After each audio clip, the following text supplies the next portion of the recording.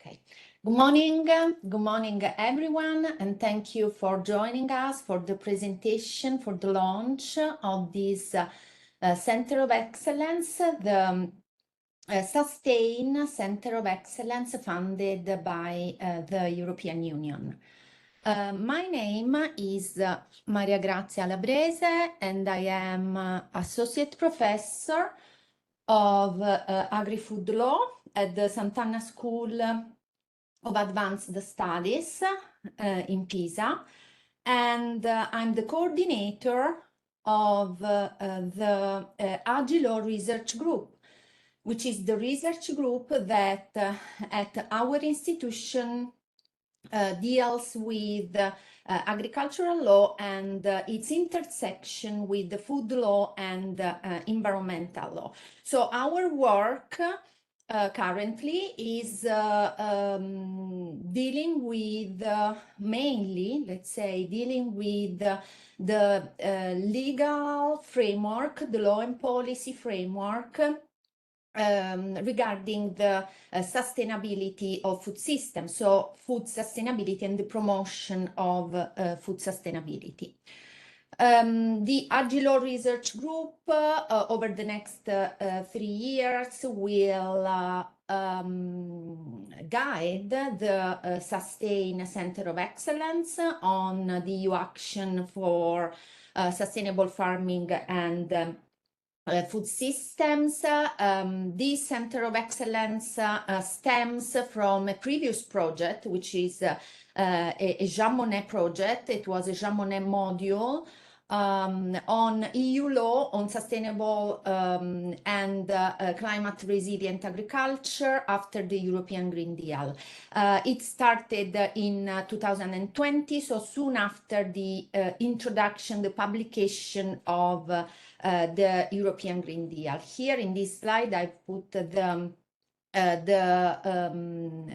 web page of the project. So should you be interested in learning more about our previous activities, you can visit the website.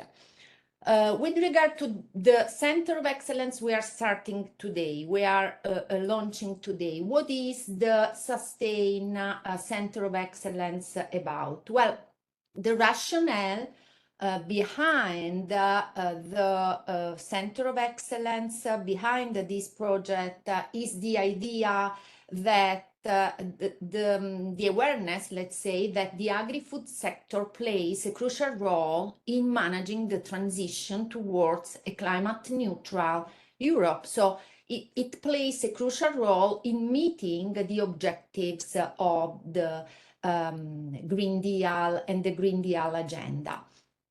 We know that the agri-food sector is part of the environmental and climate problem. But we think it is imperative that it becomes an integral part of the solution. And this cannot occur in opposition to the agri-food sector, but leveraging a strong commitment from farming and food systems, from farming and food industry towards this transition. So this transition needs to be understood from farmers and the operators of the food system, not only as urgent and necessary for the environment, for climate, etc., but also as the sole being economically and socially viable, at least in the long run, or especially in the long run. What is the overall objective of the Center of Excellence? Well, the overall objective is to contribute to shaping the future of agri-food systems.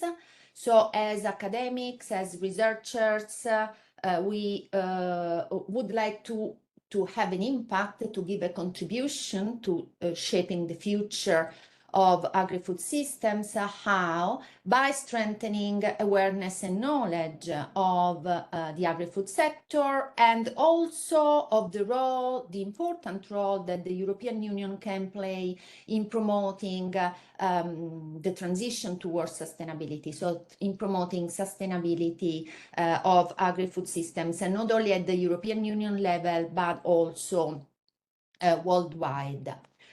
So as lawyers, of course, we primarily engage in exploring innovative legal and policy solutions for promoting sustainable food systems. And I have to say that the recent decisions, some recent decisions of the European institutions underscore the pivotal role that law and policy play in addressing pressing issues and pressing matters.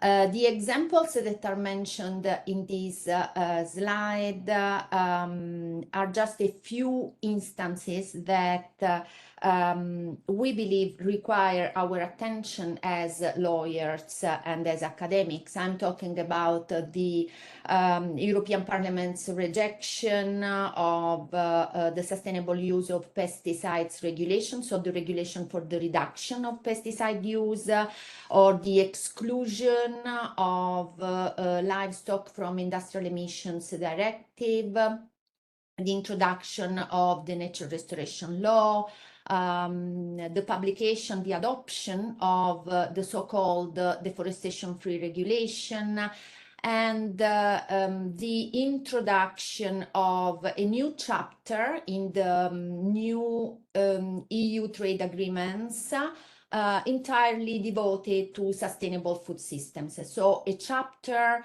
in EU trade agreements on sustainable food systems, etc., because these are only a few examples of very recent decisions coming from the European institutions. This is to say that this, underscore the substantial impact that legal and policy measures can have on shaping a sustainable future for our food systems.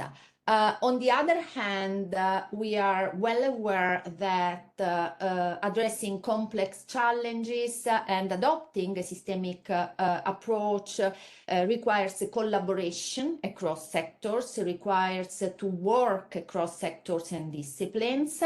Therefore, the project involves various fields such as agricultural engineering, management and circular economy, in addition, of course, to legal studies. So these here in this slide are the departments of our institution involved in carrying out the project. So together with the Dear Policy Institute, which is the Institute of Law, Politics and Development, where the AgLAW research group is based. We will work with colleagues from the Center of Plant Sciences, colleagues from the Interdisciplinary Center of Sustainability and Climate, and from the Institute of Management. Regarding the specific goals of the Center of Excellence, I would highlight what I've already mentioned. So the aim to facilitate interdisciplinary dialogue among academics, but our commitment extends beyond academia, so to engaging stakeholders, practitioners, civil society actors and policymakers in order to make research output in our field of studies, so in EU agri-food and agri-environmental studies, more accessible, understandable, and available to consultants, practitioners, policymakers and operators, so all those who will play a role in shaping the future of the EU farming and food systems. The main activities of the Center of Excellence are structured around 3 axes: education, research, and dissemination. And all the activities will be carried out adopting a cross-sectoral and multidisciplinary approach involving researchers and practitioners. Regarding the educational pillar, I'd like to bring to your attention some of the main activities that have been already planned. So first of all, the summer schools, 1 week intensive programs that will be held in Pisa at our institution in July every year for the next 3 years. This year's summer school is scheduled for the week, for the 3rd week of July, so from the 15th to the 19th, and the call for application will be available in February. Then we will host research colloquia, which are monthly discussions with our PhD candidates starting from March 2024. The topics of the research colloquia will focus on recent pieces of legislation or policy at the domestic EU or international level. And the first colloquium is scheduled for March 22nd, addressing the nature restoration law. Then we also will have research seminars, which are half-day events designed to provide insights into various issues from a multidisciplinary perspective. We will engage our colleagues from the other institutes in this kind of events, and the calendar for these seminars will be available at the end of February. So for further information and updated information, you can look at our website or our LinkedIn page. I think it's all for the presentation of the Center of Excellence. So now we can come to today's event, navigating the future of EU sustainable food systems in the digital age.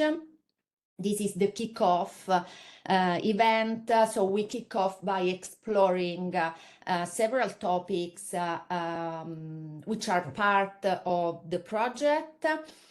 In the first panel, Manav, Enrico and Giulia will share their first-hand experiences from attending the last conference of parties in Dubai, so COP 28. In the second panel, there are some changes because unfortunately Jaime and Doris won't be able to join due to the flu. So thanks to Photo, we'll still be able to address the topic of digital agriculture and emphasize that the future of the agri-food sector is also digital.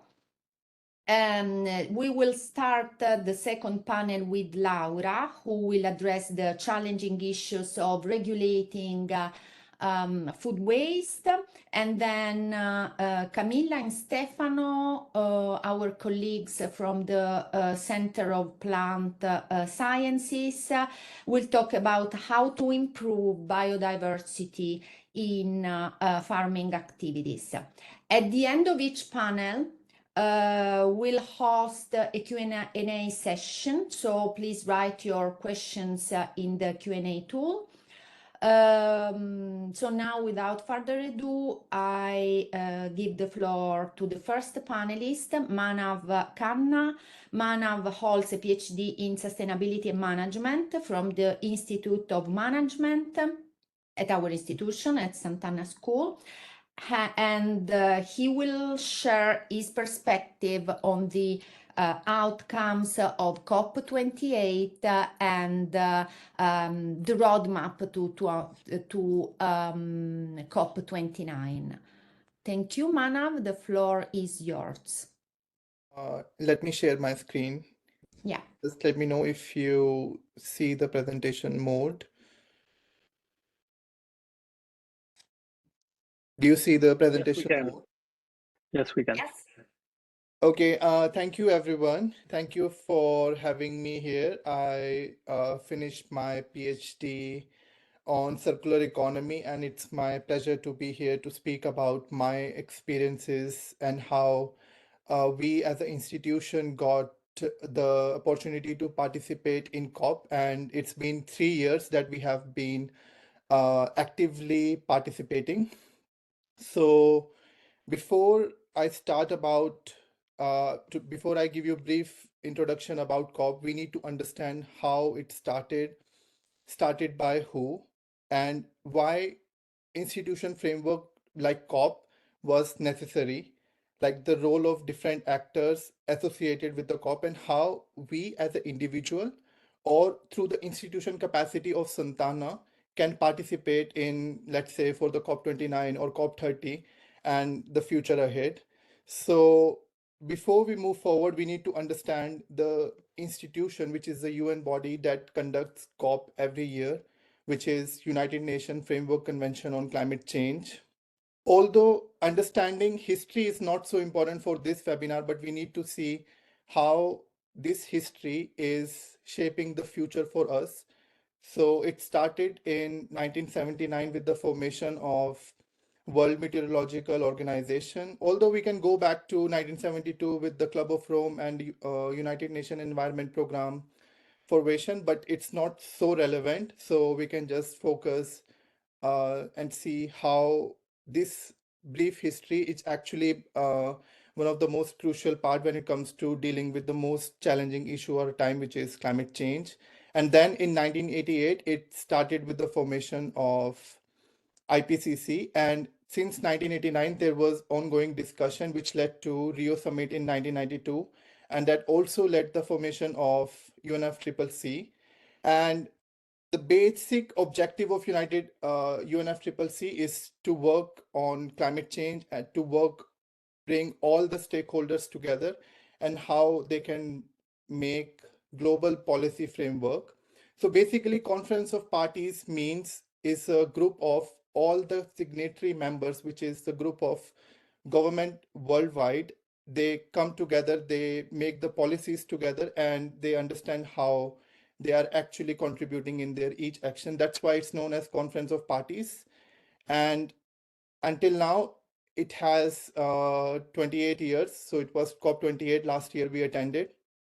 So if we understand a little bit of the framework, which I would not go in detail, you can see that it started from the United Nations General Assembly that goes to United Nations Environment Program and has another institution framework body called World Meteorological Organization that gives technical capacity back and forth to IPCC, and that technical assessment actually goes to the technical capacity building program of UNFCCC, and that also organizes SPs, which happening twice a year before COP, like 6 months before COP, and during the COP.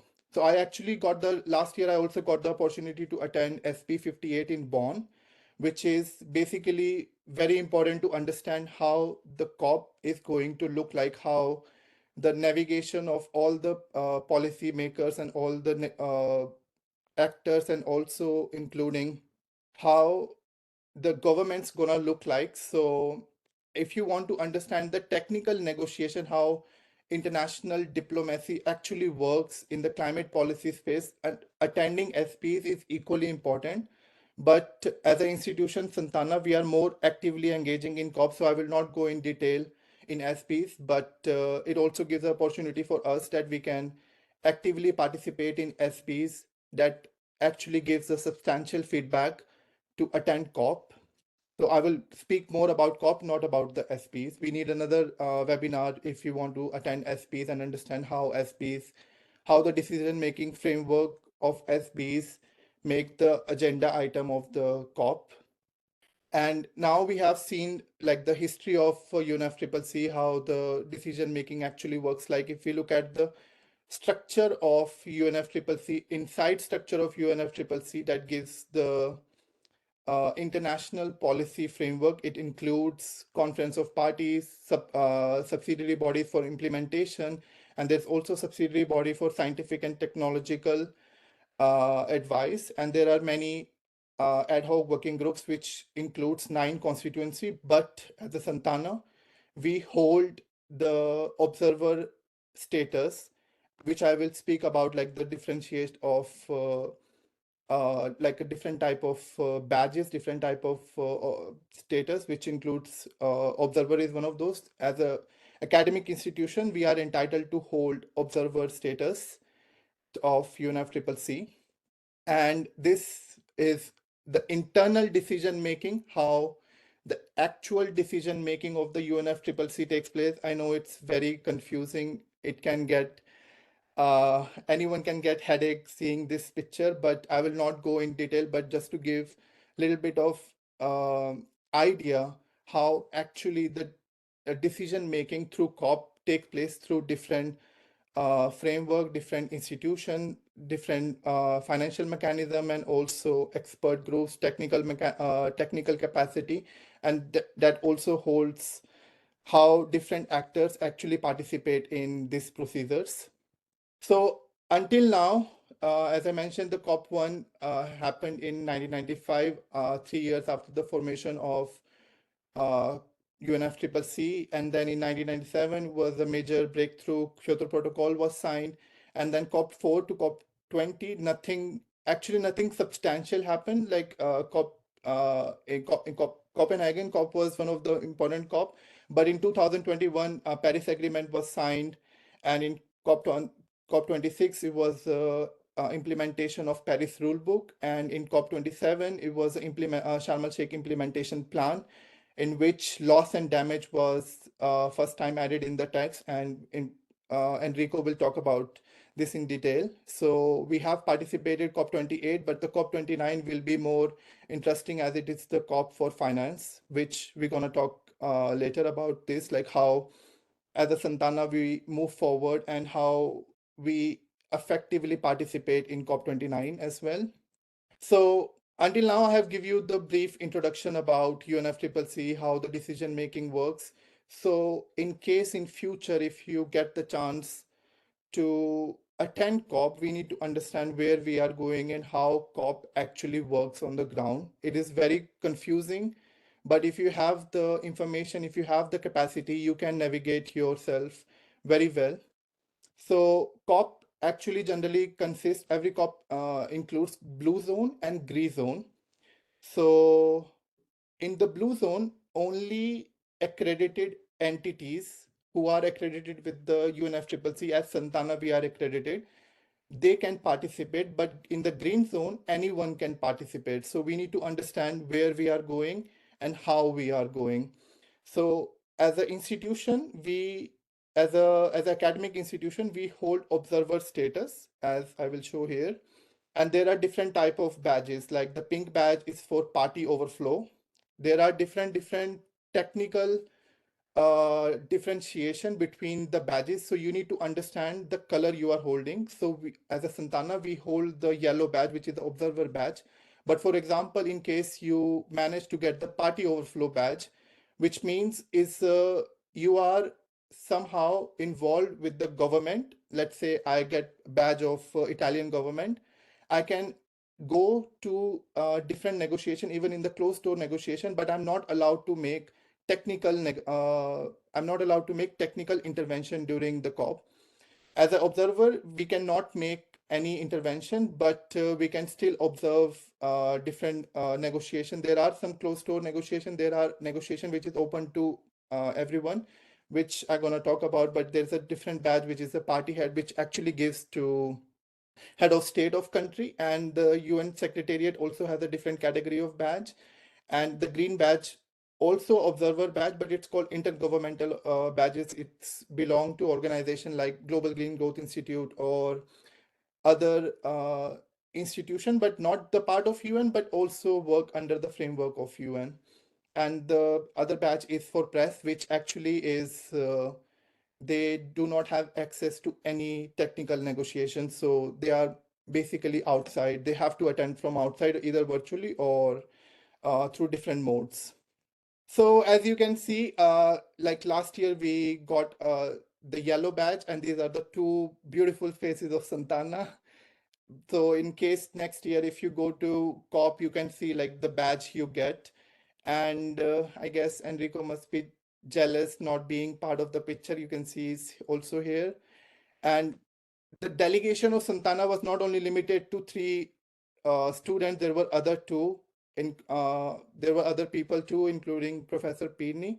And I hope we managed to get, until now, in the last 3 years, we managed to send 50 delegates, but I hope that this year we send more than 50 delegates, and we get the best out of it and understand how COP actually affects and works in our day-to-day life, and also understand how this can be institution framework, understanding the role of climate diplomacy, international relations, geopolitics, and all that lead to climate action. So, as I briefly described the role of different badges and other things, I'm not gonna explain again, but moving forward, if you manage to attend the COP, you can understand like the different things happening in the ground. So basically negotiations are happening, and you can attend in plenary informal meetings. So last year I also attended some informal consultation with the G77 and China group. It gives you a very good understanding how the group, which is a very substantive group, holds a very substantive negotiating power and gives you understanding uh, the language they are speaking and why they are speaking the language. And actually, Enrico will actually talk about the difference between G77 and China and the European Union and US, and how they work as a collective group, and their voice is very interesting to understand, to see the how the global climate policy is actually navigating. And as an institution, as a Sant'Anna, we also got the opportunity to actually participate in the official side events of the UNFCCC. As you can see in one of the picture, we sent our side event with the partnership of other organization in India, and it was accepted, in which we talk about different things. Basically, we talked about what institute like Institute of Management, their police, and other institution are talking to working towards sustainability about their research projects. And this is one of the opportunity as an institution we can navigate, we can actually go forward in the COP29 too, that how we can showcase our research at the international level. And this has happened before, but not only this, we can also participate in the pavilion side events. So we have participated in Italian pavilion for 2 years, and also at the Denmark pavilion. But it's not only limited to Italy and Denmark. We can actually make partnership with other countries in case you are having a project with other countries, like for example, like Kenya or India or China. We can actually have the opportunity to participate in these pavilions, and to participate in these pavilions only accredited organizations can participate. So we have the accreditation, we just need to expand our network and horizon and see how we can take benefit of this opportunity. And there are also pavilion events, which if anyone interested, if you will go, you will see like how Children and Youth Pavilion, WWF Pavilion, they every day they have their event based on the thematic day, which Julia will talk about. And there are also different like every time there is a protest happening, you can understand how the role of civil society organization is bringing meaningful and substantial intervention during the COP. And you can also attend press conferences in case you think if anything. Like, for example, I was following global colonial adaptation negotiation very closely, and it was not easy to manage the time. So it's very easy, just you go to press conference, which is happening by CAN almost every day, like press briefings. So once you go there, you can, if you miss something, you can also attend through press briefings. And these are all the stakeholders. So COP is a place where researchers, where civil society organization, government official, private sector, public sector, indigenous community, they all come together and they talk about how they are working towards climate change. They also talk about their issue, the challenges they face. So it's really one of the, if you work on sustainability, it's one of the places where you should be to increase your network and to increase your knowledge and understand how things are navigating, how things are moving forward in different parts of the world. Like, I got the chance to meet with the indigenous community, and if I would not have been to COP, I would have missed the opportunity of meeting brilliant mind, meeting people who are really working, making this mitigating this problem, such as climate change. And these are the things that you can actually engage. Like I already mentioned, like if you have when I went to SB, I had a very good interaction with the lead negotiator of G77 plus China and LDC working group. And he was actually talking about how these blocks are making relevant interventions. So it was very interesting for us as a researcher, for me to understand how we can understand their point of view and why they are making certain interventions. So, as I said, as an individual, we cannot make intervention, but if you are part of any any UNFCCC constituency, you can make relevant intervention. But I'm gonna speak in the next slide. And you can also hold bilaterals with if you know that one of the professor is going there, or if you know one of the, let's say one of the environment minister of Italy or somebody is going, then you can actually make bilateral. There is a code of conduct how to organize bilaterals when you attend COP, but that's a different topic. And you can also conduct, like as a Sant'Anna, as a school, we can also conduct technical workshop. We have capacity to also conduct technical workshop in case you want to provide capacity building to certain groups. So in this COP, with the Southern University of Denmark, which is one of the partner organization of Sant'Anna, we have signed MOU together. They hold capacity building with the group, and they were speaking about how they can engage local stakeholder during the National Adaptation Plan and also NDC consultation. So they actually conducted a technical workshop. I mentioned, like the professor Alabrese mentioned, that there are summer school happening, but we can also make we can also conduct this kind of technical workshop at the international space and engage with the uh, more people, or also at the at the higher scale, which is COP, and other forms of engagement, which I already talked about. So now we have seen like how COP actually started by who, like the different role of how we can engage. But once we go there, we also need to understand how the major actors at COP behave and work.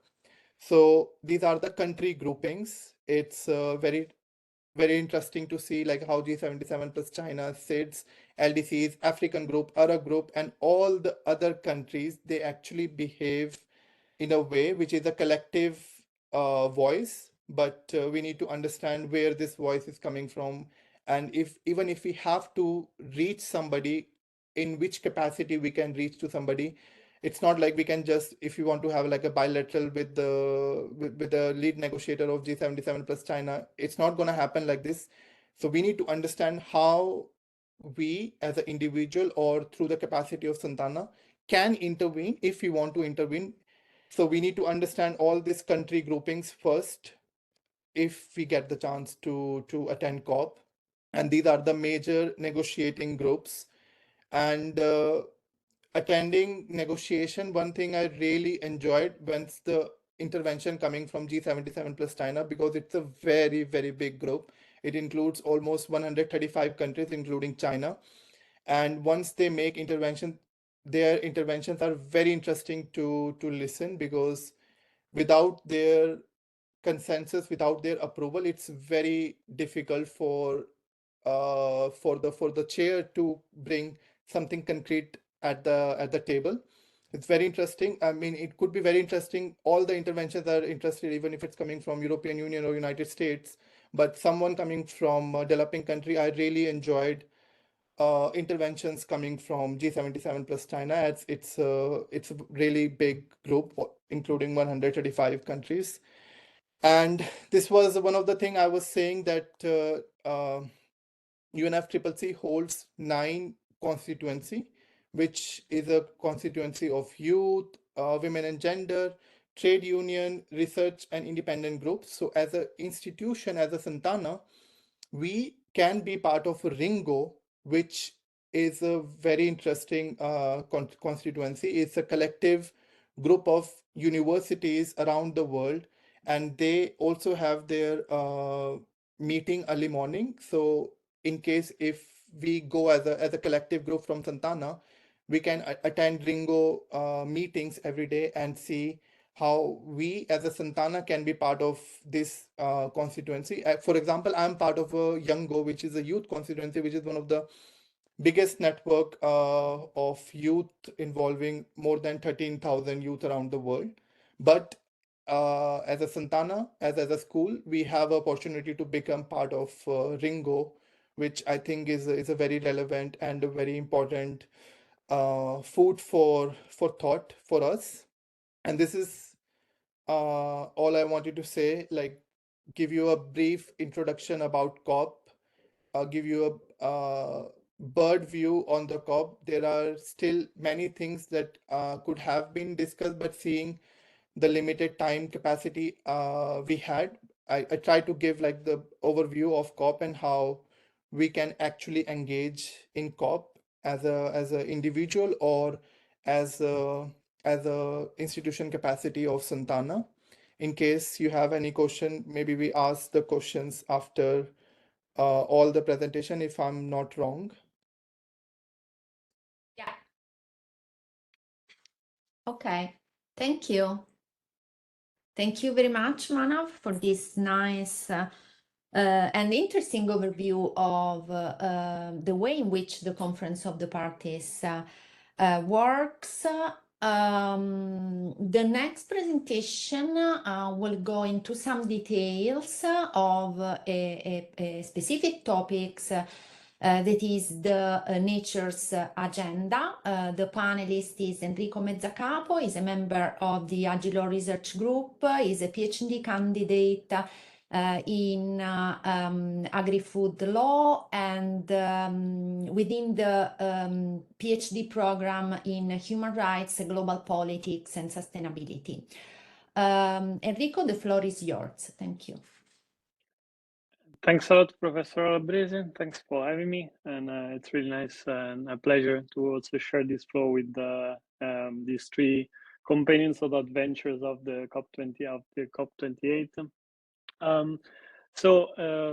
My role today is to share a little bit of what happened at the COP in the nature's agenda, which is for sure a cross-cutting topic that dealt with a lot of the negotiation ongoing. So just to see the outline for today, we will for sure face the global stocktake, which is one of the most awaited negotiations topic expected at this COP, and particularly on the final and most debated results of the transition away from fossil fuels. We will talk about a little bit more about nature-specific topic like the loss and damage found and the negotiation on adaptation. And then we will face finally some of the pledges on nature and deforestation, which are relevant for this talk. So let's start to face the most awaited guest at this COP, the global stocktake. Just to summarize what is the global stocktake, the global stocktake is this 5-year temperature check, which is a vital and essential part of the Paris Agreement, housed under Article 14, which is basically a part of the Paris Agreement that says that states needs to agree to, the states agree to monitor, assess, and periodically review what are the collective progress in the Paris Agreement main objectives, which is to limit the global temperature rise well below 2 degrees and ideally below 1.5 degrees. So basically, this is a temperature check and a moment where the states are trying to figure it out. Where are we going with climate change? Where do we want to go? And how do we get there? And trying to assess, of course, and address all the gaps that are unfortunately are very there and very present. So this global stocktake, of course, deals with all the main negotiations that are going on during all the COP, so from 30 years on.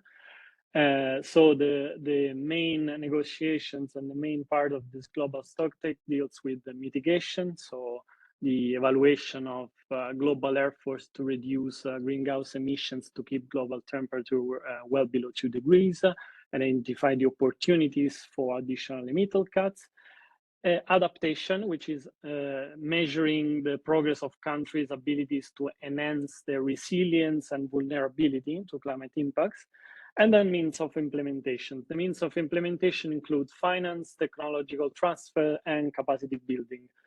The new fund that was established during the previous COP in 2027 and now fully operationalized, it will be part of the adaptation negotiation, so from and so forth.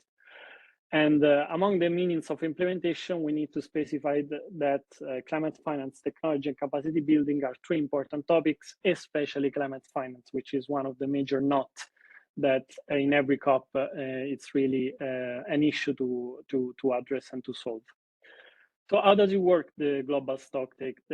Basically, during the global stocktake, the countries are being informed and update and enhance their climate action support. That means that these global stocktake enter into the CoE mechanisms of the national determined contribution. So what are we assessing? What are we updating?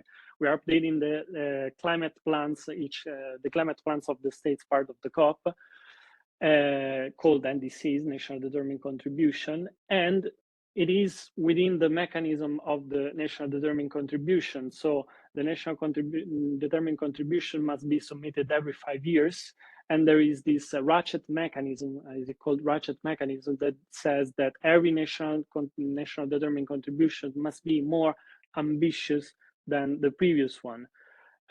So the effect of this global stocktake and the result of this global stocktake will be then reflected in the next national determined contribution. And this, of course, it's part of the enhanced transparency framework, which is the mechanism for the reviewing of this national determined contribution that, of course, try to build accountability and trust on climate commitment. In the global stocktake phase, mainly 3 phases started at COP26 in Glasgow. So where the information collection phases, so basically in this phase, states and the UNFCCC collected countries' reports, NDCs, and all the scientific latest and consolidated findings on climate change. After this information phase, there is the technical assessment phase, which basically is based on 3 dialogues. There are 2 intersessional talks happened in Bonn in 2022 and 2023, and the one at COP27 last year.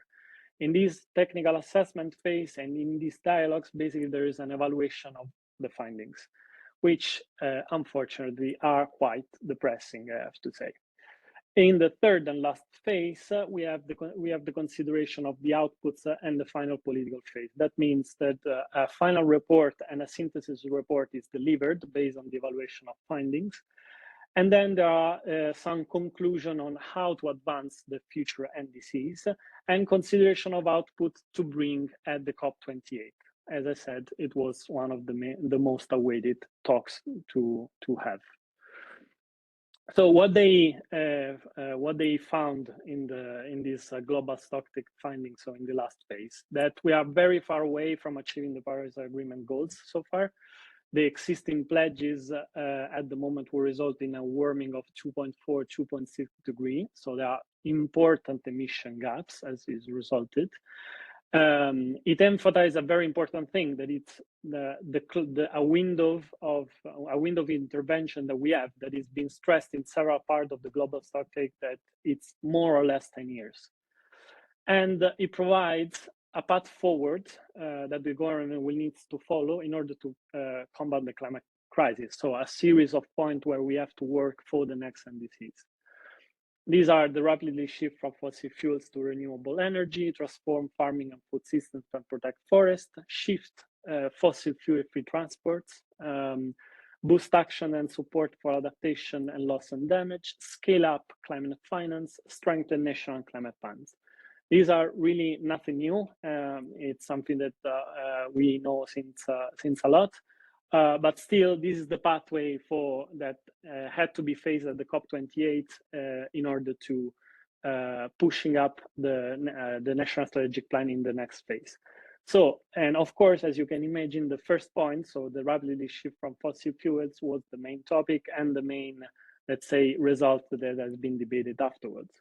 So, of course, as Manav correctly said, there are several parts and several blocks at the COP. And of course, there was a massive block that, again, after starting in the COP26 in Glasgow, tried to put on the table the phase out of fossil fuel. That was the objectives.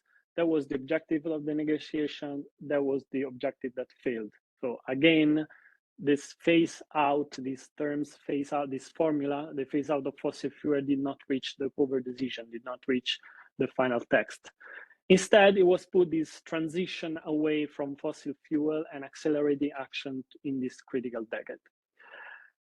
This is for sure not what we wanted at the beginning, but I think we cannot deny that it's for sure a step forward, because it is stated how we should move out from fossil fuel. Transition, it's a very studied and complicated formula to explain, but the three main points that that for me are essential to understand the importance of this, still the importance of this formula, is that for the first time after 30 years, there is a language in the text that call out the fossil fuel. As I mentioned, the global stocktake will set the direction for future work in climate action. So in 2025, when the new NDCs will have to be submitted, these should take, of course, into account these formula. So their NDCs needs to comply with what we are saying right now. So there must be a country-specific breakdown of the collective pathways on renewable energy, transition away from fossil fuel, protecting nature's oceans and biodiversity. This is something that will need to be present in the future NDCs, which is an obligation under the Paris Agreement. And for what I said, the ratchet mechanism, there is no way back. So there is this principle of no backsliding principle, where basically you can only go upwards and onwards. You cannot go back from that. So that's for sure a part of this final agreement that it's very important. Loss and damage. The loss and damage, it's another important part of and results of this COP28. So rapidly, the establishment of the loss and damage was, as I mentioned, established at the COP27s, and aim to provide financial assistance to the most vulnerable and impacted nations of the world affected by climate change. And it's not something new. It's really a battle of 30 years old battles, and it deals with the very important question of climate justice and international solidarity and trust. That's why it's been debated for 30 years. because it's a debate between a compromise to find between the most vulnerable and the least responsible for climate change and the historic greenhouse gas emissions emitters. This is recognized by the Article 8 of Paris Agreement. Parties recognize the importance of averting, minimizing, addressing loss and damage associated with the adverse effect of climate change. Okay. And the blocks that are debating since forever in this topic are the Alliance of Small Island and States, the insular islands, supported by the G77 and China. And from the other side, one of the major actors against this idea of common but common but differentiated responsibilities, and against this fund to compensate the effect of climate change of loss and damage, was the USA. I included Europe in brackets because Europe has always supported the United States in this block of negotiations, but it was actually the party that basically gave the solution in the previous COP in order to unblock this fund, because Europe supported the other block and basically USA was isolated in its way to be against that. It's a third year for climate justice battles, as I mentioned, and the US has historic resistance to that, especially in climate reparation, because since the Kyoto Protocol has always been struggling with the concept of common but differentiated responsibilities. And one of the main claims is that China is acting in this context and in this block as a developing country. So it says, should I repair, should I pay for a fund where maybe China is gonna get these funds as a major contributor and polluter of the world? So this passed, as I said, and in this COP, in the very first day of the COP, this fund was fully operationalized. The fund will be housed in the World Bank for at least 4 years, but it's an independent entity under the UNFCCC financial mechanism. The fund will be governed and supervised by a board. This board functions as a decision-making and funding body. It delivers the strategy directions and the governance and the operational modalities. And this board is composed by 26 members, with 12 members from developed countries and 14 members by developing countries, with a huge representation of the insular bloc. That it was the one promoting the initiative. Unlike other form of finance, there is no firm obligation for developed countries to pay into the fund, to pay the fund. So basically, it's on as far as we all understood, it's on a voluntary basis. Maybe it's going to change in the next COP, we don't know. But at the moment, it's a voluntary basis. And the total collected so far at the end of the pledges at the COP, it's really a tiny little piece of the climate finance. It's 770.6 million. Imagine that for climate finance, we are talking about 100 billions per year. So it's really a tiny little piece of that. And other concern is that not having a special budget goal or targeted objectives, it's for sure resulting in an inefficient funding envelope. It says that the UNEP said that it needs more or less 18 times the fund that it currently has. The board composition do not allow civil society within, so it's just national representative, which is something that it goes a little bit outside the mechanism of the COP, the inclusion mechanism of the COP. The funds open door for countries, but also for private loans, conditional import credits, and even funding for fossil fuel industry in case. So there is the greenwashing threat number one, that they might tackle this fund. And it also still, even if it's fully operationalized, it's still very vague and very blurry how to be eligible to receiving this funding. So we said that there is this board that will try to address and establish who is getting what, but for sure it is not very clear who is going to be eligible. So there is this sentence, there is economic and non-economic loss and damage associated with the adverse effect of climate change, including extreme weather events and slow onset. It's very broad and very vague and open to discretion and interpretation. Another important negotiation, as I said, it was the one of adaptation that didn't really make any news from the COP.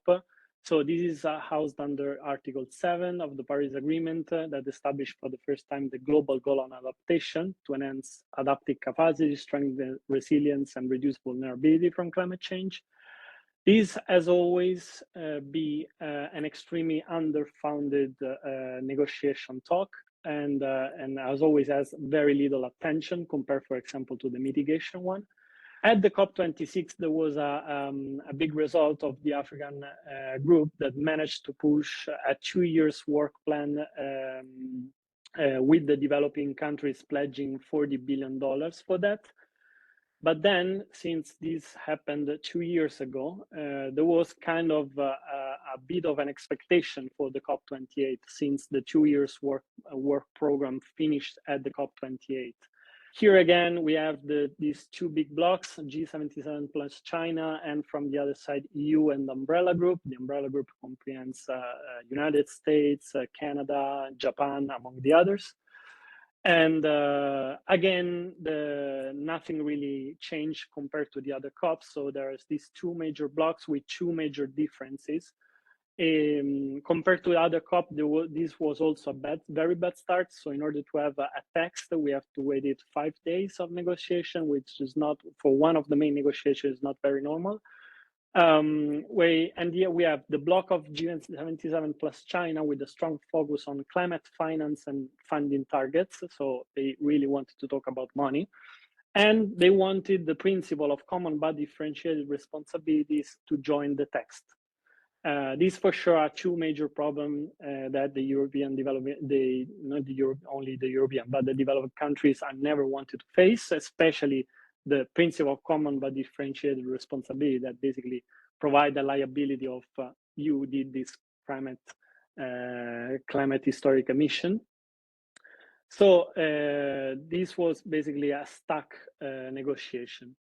None of the more specific goals included in the draft that finally came arrived to the final text. The final text contained a weaker language on finance and no mentions of final targets.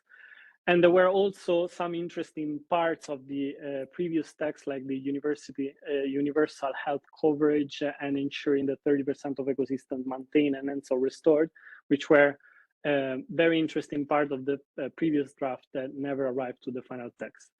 The good thing is that part of the negotiation arrived in any case to the global stocktake final text.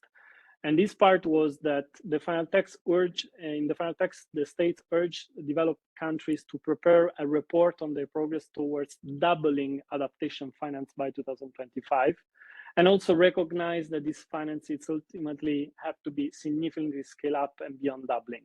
It's nothing really that's crazy, but it's something that it's in the global stocktake. So as we said, this must be taken into account for the next NDCs. Finally, the text decides to convene a ministerial dialogue on the urgent need to scale up adaptation finance. This was also something important to underline. Last point on Nature and Biodiversity Day that arrived with some pledges. There was the United Arab Emirates COP28 presidency together with China that adopted a joint statement on climate, nature, and people. Here, among all the statements that are very obvious and very consolidated, we have, for me, an important passage that is that countries pledged to ensure a comprehensiveness and coherence between the NDCs and the national nature plans, the one of the other convention, the Convention of Biodiversity, the one that will happen next year in Colombia. So there was a lot of talk about that, and there are still debates that I'm hearing about. Does it make any sense to having still two conferences on biodiversity and climate change while we are talking about a major crisis that affects both? I think these passages, even if it's just a pledge, of having coherence and maybe having some instruments about how to manage this coherence within these plans, are something really important to underline. And then another initiative that I wanted to report to you is the one of Brazil, which we lost COP 30, the tropical forest COP, as they told in 2025. So a very important COP because of what we said on the national determined contribution. Well, they announced a tropical forest forever fund, which is a sort of, if we wanted to call it a bottom-up approach, in the sense that it goes out from the climate finance mechanism where developing countries are asking for money and developed countries are the one that are providing the money. So in this block of negotiation that never deals to any actual result. But it says we cannot wait for the climate finance. We cannot wait for your false promises and your false pledges. So we are gonna create a fund with 80 tropical countries with the finance to help maintain trees with annual payment based on hectares and conserve and restored forests. So this is actually a very nice initiative that for sure needs to be followed from with a closer look. I think I finished. Yes, I would like to thank you again, and we will. I'm now giving the floor to Maria Grazia again. Thank you. Thank you very much, Enrico. Your presentation was very rich. I mean, there are several topics and several questions that came to my mind. Very interesting, the pledge or the call for, I didn't know that, for, I mean, unifying the two conferences, the one related to climate change, I mean, the Conference of Parties for Climate Change, and the one for the biodiversity. Yeah, the pledges mentioned try to have a coherence between the plans of the national determined contribution and the plans of the nature restoration of the nature plans in for the Convention of Biological Diversity. It was not like a pledge to unify the two conventions. Okay. Like, it's more a debate. It's more a debate.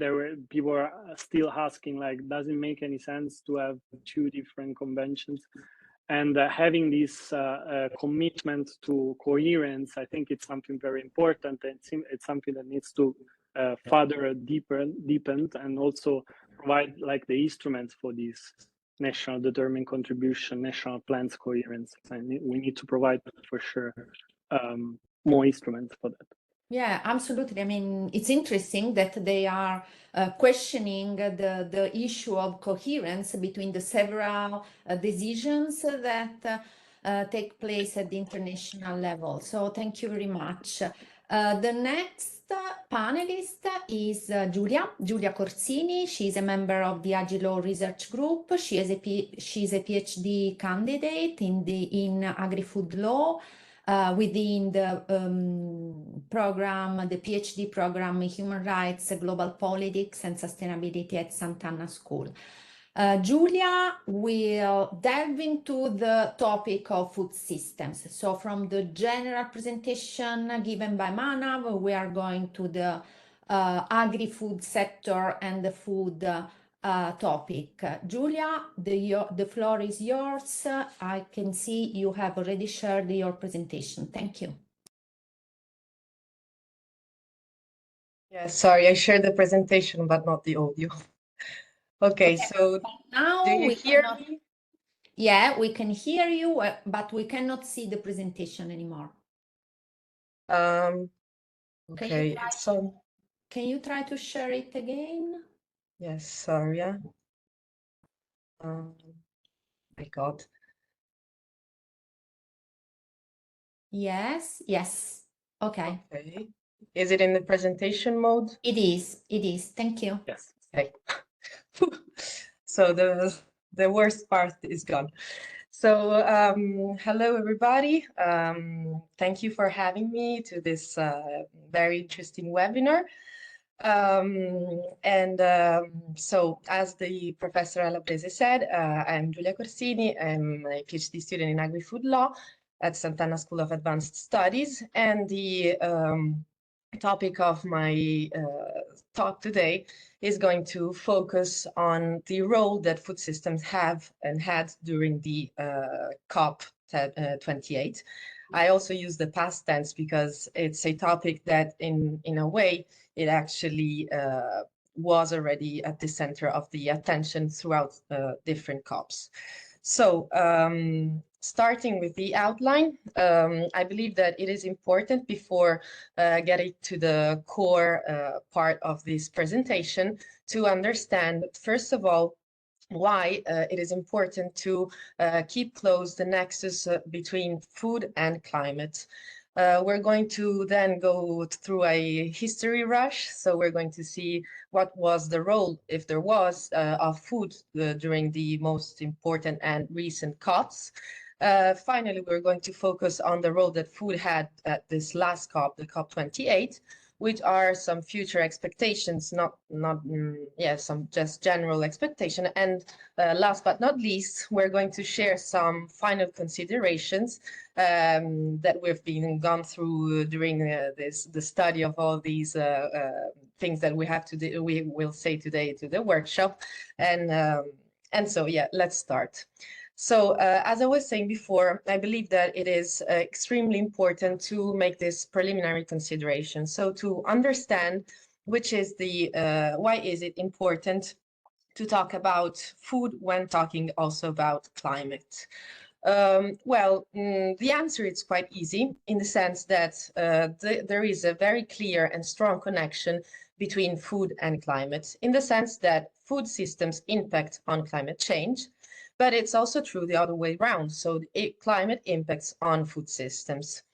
To be more specific, when we're talking about global food systems, we have to be aware that, first of all, global food systems are the single biggest cause of biodiversity loss. In fact, they account to 80% of the cause of biodiversity loss.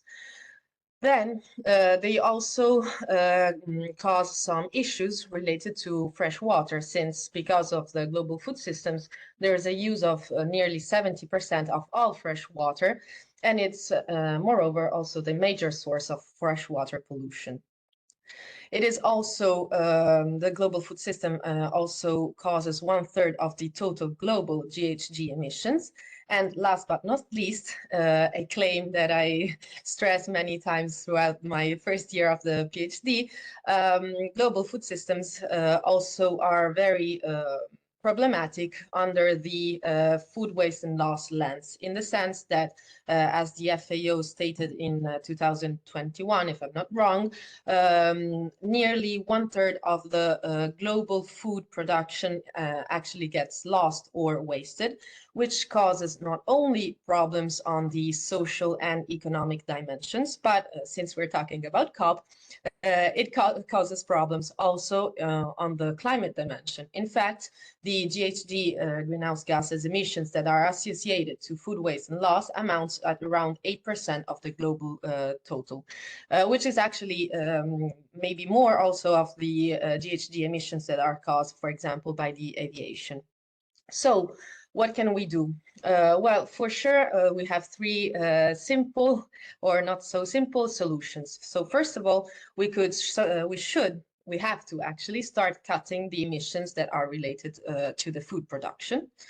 Second of all, it is extremely important to take into consideration the fact that we also have to change our consumption habits, our consumption patterns. And so not only change the way we produce and also the quantity we produce, but also change the way we consume. Because of course, the demand side, it's the one that rules the other side. So if consumers start changing their way of consumption, hopefully also the production will change. And finally, of course, reducing food waste and food loss.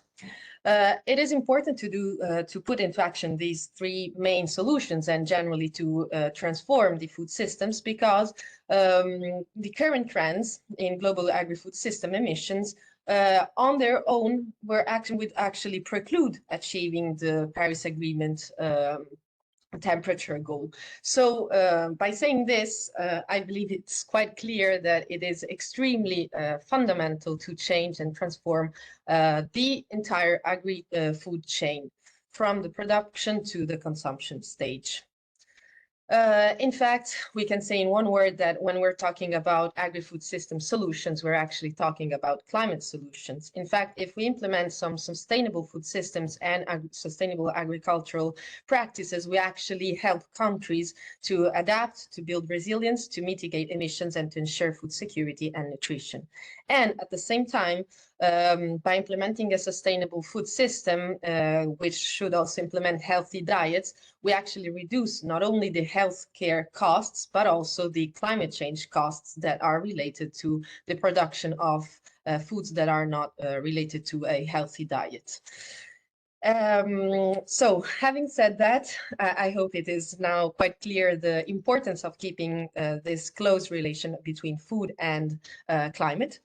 And now let's jump in history. It's a very quick rush, but just to understand if there has been and which has been the change of the role of food in the COPs. So, as I was saying before in the introductory part, I'm going to focus on the most recent COPs and the most important. So from the food perspective, we can start from the Paris Agreement. So from the COP21, we can go run through the COP27, which has been in 2022. And we can see that basically in all these COPs, there has always been an attention to agriculture for sure, and also to food, but to food in a limited way, we could say, because actually there has never been a focus on food systems. It always has been a limited focus. Before seeing the main differences between the COP that happened this year and the previous ones, I just wanted to highlight the importance of two main events that took place in 2021 and 2023, which are the UN Food Systems Summit. And there are these events that are obviously focused on the study and the comparison of all the food systems.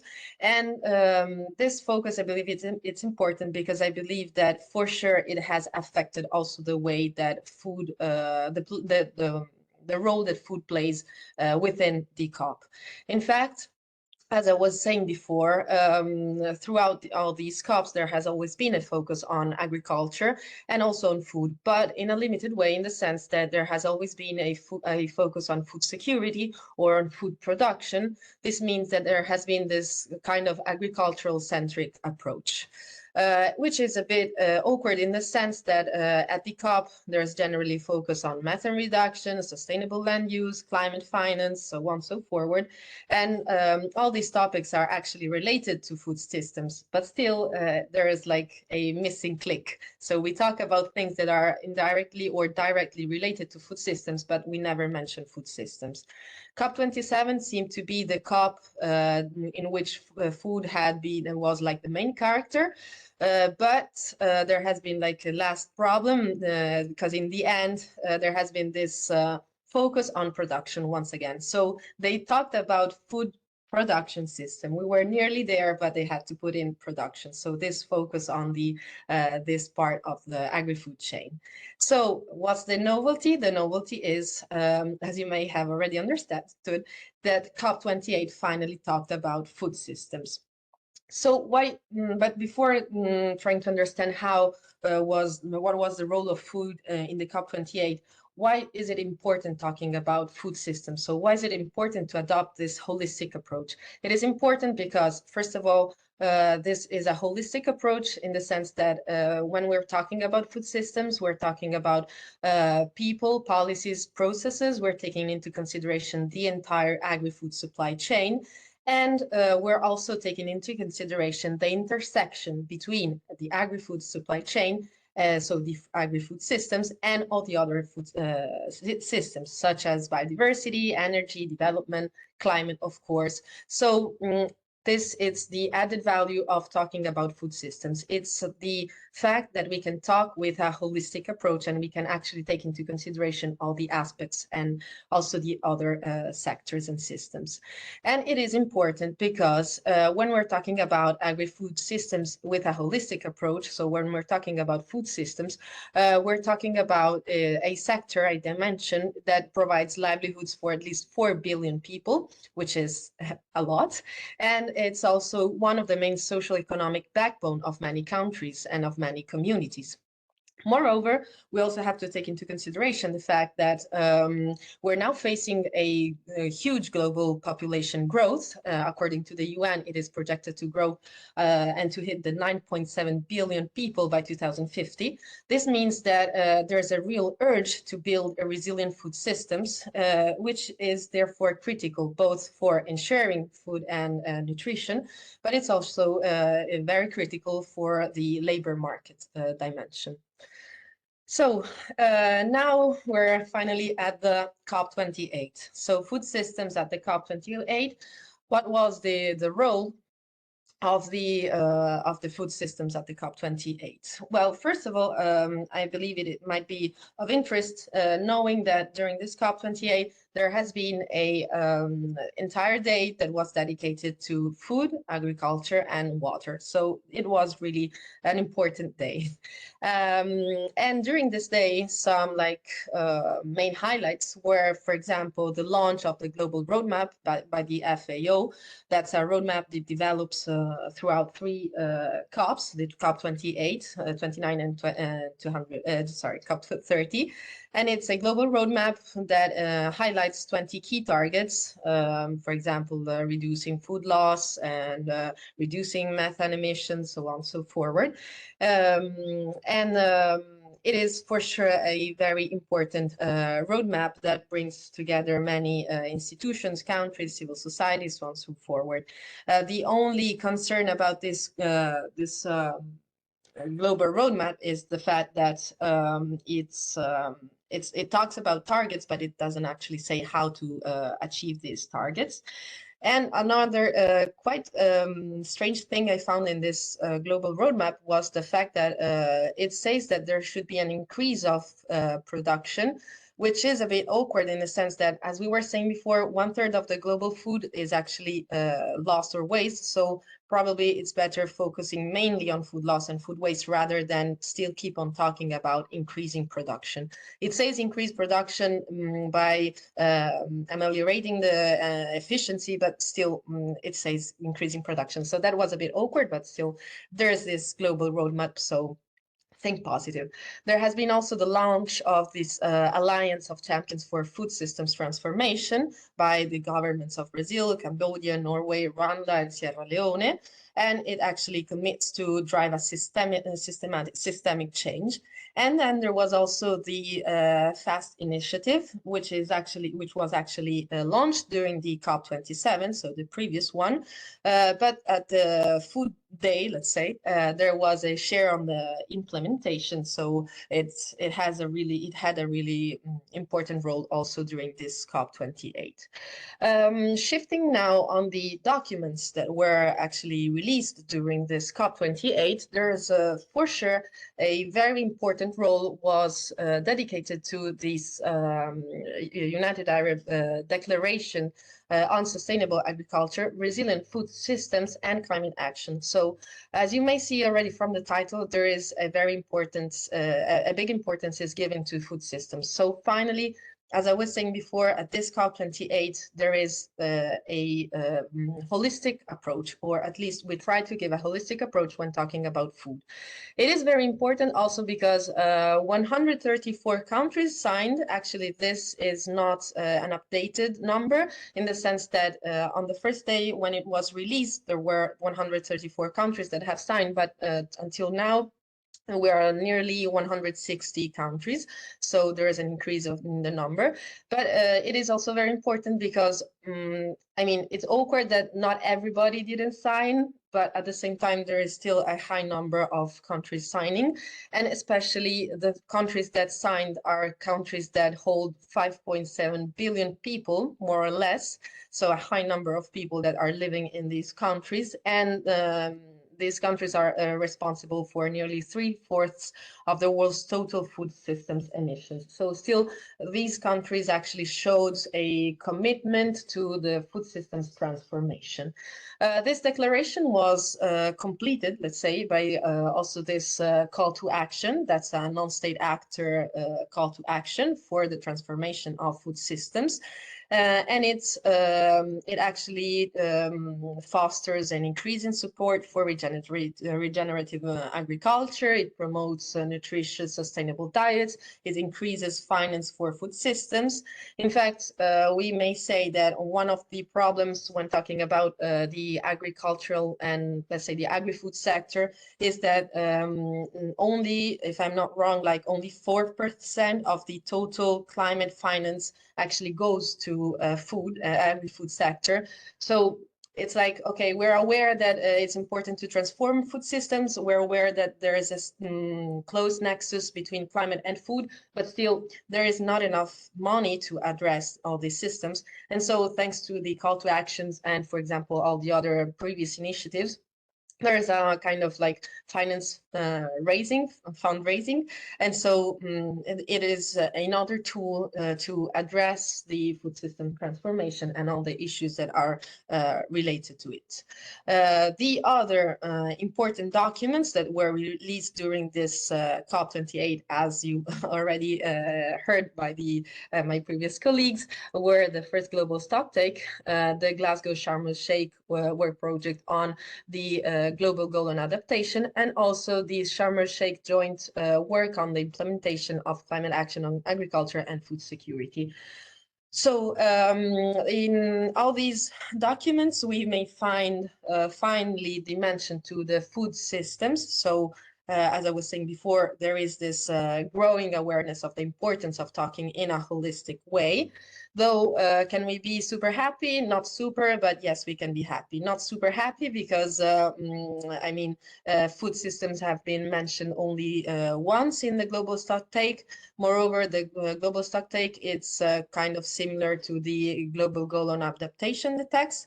And but still, at the same time, we can be happy because even though, for example, food systems are mentioned only once, there's always a strong stress on the importance of the ecosystems in general. So I believe there is also a reference to food systems. And let's say that another part that was a bit like kind of perceived as a missed opportunity was the fact that food is mentioned in the preamble of the global stocktake, it's mentioned in the adaptation section, but it's not mentioned in the mitigation section. So still there is work to be done for sure, but at the same time we can be happy about these results. So which are the expectations? Well, basically we can say that I have two main expectations. First of all, from now on, when we're talking about climate change, we're extremely aware about the fact that food is extremely important. So not only agriculture, but food, and that it has to be faced with a holistic approach. And this also means that when there's going to be the NDCs moment, that until now they're characterized by a lack of food systems approach. From now on, we hope, and there should be a food systems approach that's inserted also inside the NDCs. So in one word, no backsliding. Well, we're going to an end. So the final considerations, as we were, I'm not sure I should have said it before.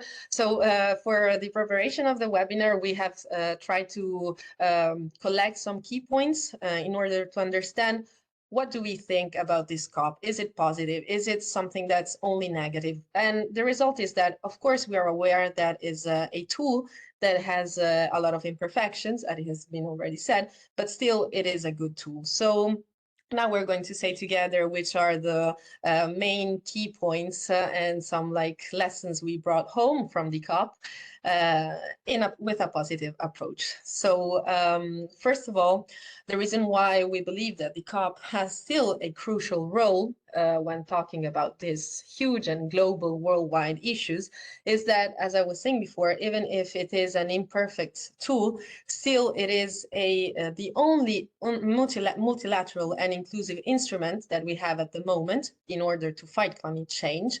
And so still, could it be better? Yes, for sure. But which is the alternative? Nothing. So, or it could be something worse. So at least we have this super good multilateral and inclusive instrument. Second of all, it's the only instrument that mapped out the direction to take. So in fact, as my previous colleagues have highlighted, thanks to the COP, nowadays we have the Paris Agreement. So where should we be without the Paris Agreement? It's still a good achievement. For the other ones, I'm leaving the floor to Manav and Enrico, so we show how shared these final key points are. Please, Manav. Thank you, Julia, for giving me this opportunity. So one of the things that we pointed out that we should highlight since we got the opportunity to attend COP, and I really hope those who are attending and attending this webinar would able to go next year in the COP29, COP30 and understand how difficult it is. So since we got the opportunity to attend technical negotiation, how actually it works. So we give you like an overview of how different countries behave and work in their own self-interest.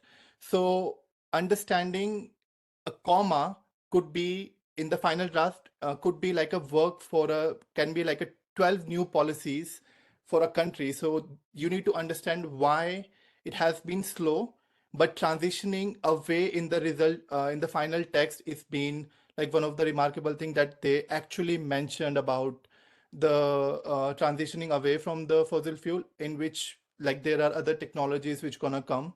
And the as Julia mentioned, it's only one of the few, it's the only mechanism that brings all the voices together. So if we want to work on decarbonization strategy, should we just trust on the small group, which is a G7 or G20, or should we listen and should we understand technical difficulties and other challenges from other countries, including SIDS, including LDCs, developing countries? So this is one of the things that brings all the countries together. So understanding this thing, and also before going to COP, we have been asked like, oh, COP is happening in Dubai. Why are you going to Dubai? This doesn't make sense. So, see, I mean, I think even the participants, if we are all working as a researcher or somehow involved in sustainability, I would like to ask you a question. If we want to solve complex issue like climate change, can we leave oil sector out? And should we just say like, okay, you don't have any role to play?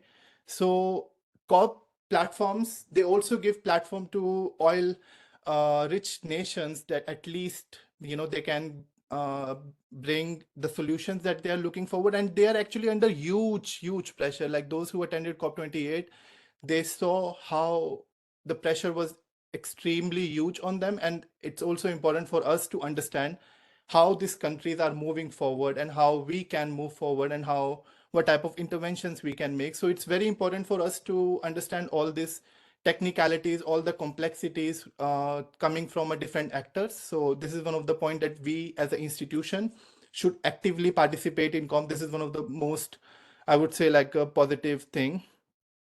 And as Julia mentioned about the last point is every country has an equal vote, which means a small island nation like Tuvalu in the UNFCCC procedure holds the same vote as a big nation like United States. So I'd like to give you one example. During COP28, it was the first time when they gave equal treatment to all the participants, all the delegates. So for example, I'm coming from a developing country and somebody, my colleague from Italy, even if they want to attend COP, they all receive the same treatment. So it doesn't matter which passport I hold. If I'm attending this COP, everyone receives the same treatment. So it's very important to understand these points that talk about inclusivity, that talk about that we should bring all the actors together. There are still loopholes. There are still a long way to go, but at least I would say that things are moving in the positive direction, and things will move. Actually, there will be more participation from the civil society organization from the developing country, as these topics are actually equally discussing and giving a lot of importance even in the developing countries. So it's a opportunity for us to understand the complexity and how we all can be part of it. So give the floor to Enrico. Yeah, as the last point of why we should be there, why we should be aware, and why we should take actually that space. And we, I mean, not only as an individuals, but also with academia, we should really have a role in all of this. Is that even if we are talking about giving the space to everybody, and for example, the oil industry needs to be there and representing the interest for the state. It also happened that, of course, a COP that it's guided. We remember that it's not just a hosting country that it's hosting the COP, but it's also the political guide at the presidency that it's delivering and managing the negotiation. It's also very important to understand when things are happened that we need to be there and we need to be ready. This is an example with the one that you see in the slides of the global stocktake text. How it started when there was the phase out on fossil fuels in the text, how it came through in the 8th of December, there was still the phase out of fossil fuels, another important part of the text. But then, since the agreement was not reached, and since there were many difficulties of the negotiation, the presidency tried to build a consensus on an incredible text that was not including anything, any parts of the discussion, any parts of the other blocks pushing, and they tried to do that. So they really tried to push this text forward, and it was a very dramatic moment at the COP. It was almost at the end of the COP, and it was really pure drama. So when this draft text came out from the room, the coalition of the insular countries, especially the one of the Marshall Island, the one of Samoa, ran to the media center, and one of them, it's a very touching discourse that it was delivered at the media center, that with tears basically was saying, they are condemning us to death. We will not take it easy on this. They are leaving us on our water grids. So this cannot be accepted, blah, blah, blah. And after that, there was a huge pushing back. Also, we have to be honest, we have to give the credits, because Europe took a major part in this pushing back through the Spanish delegate, especially through the Spanish delegate. And we actually managed to not let pass, let's say, this awful text, and come back to the transition in the way that was then the compromise result, let's say.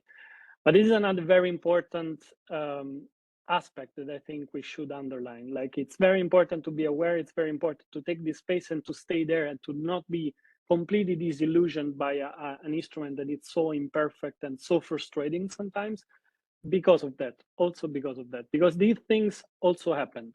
And the next COP will be a COP specialized on finance, on climate finance, and it's again in another states where the fossil fuel industry interests are really prominent and really important. So yeah, I just have this remark on that.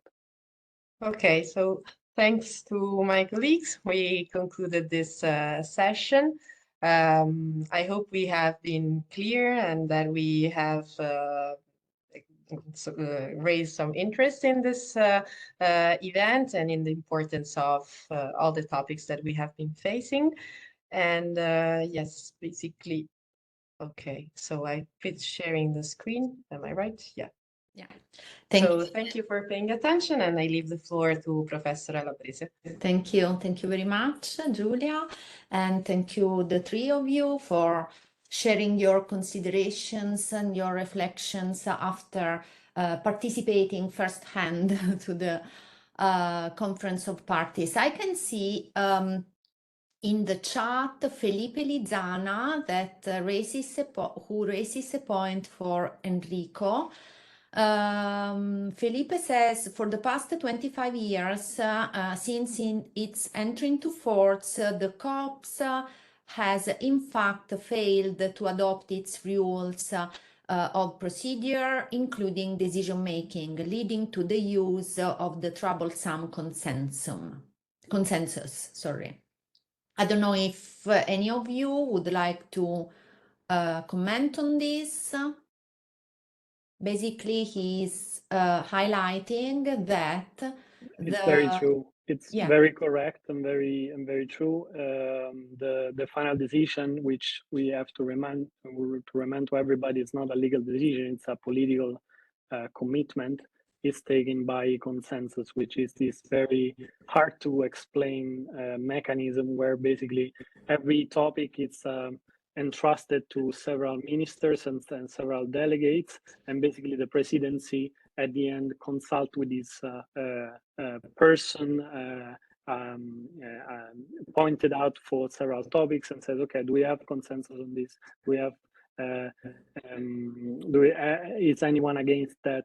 But it's really not ruled, it's really not defined, it's not a vote. It's basically try to see if in a certain topic there's consensus or not.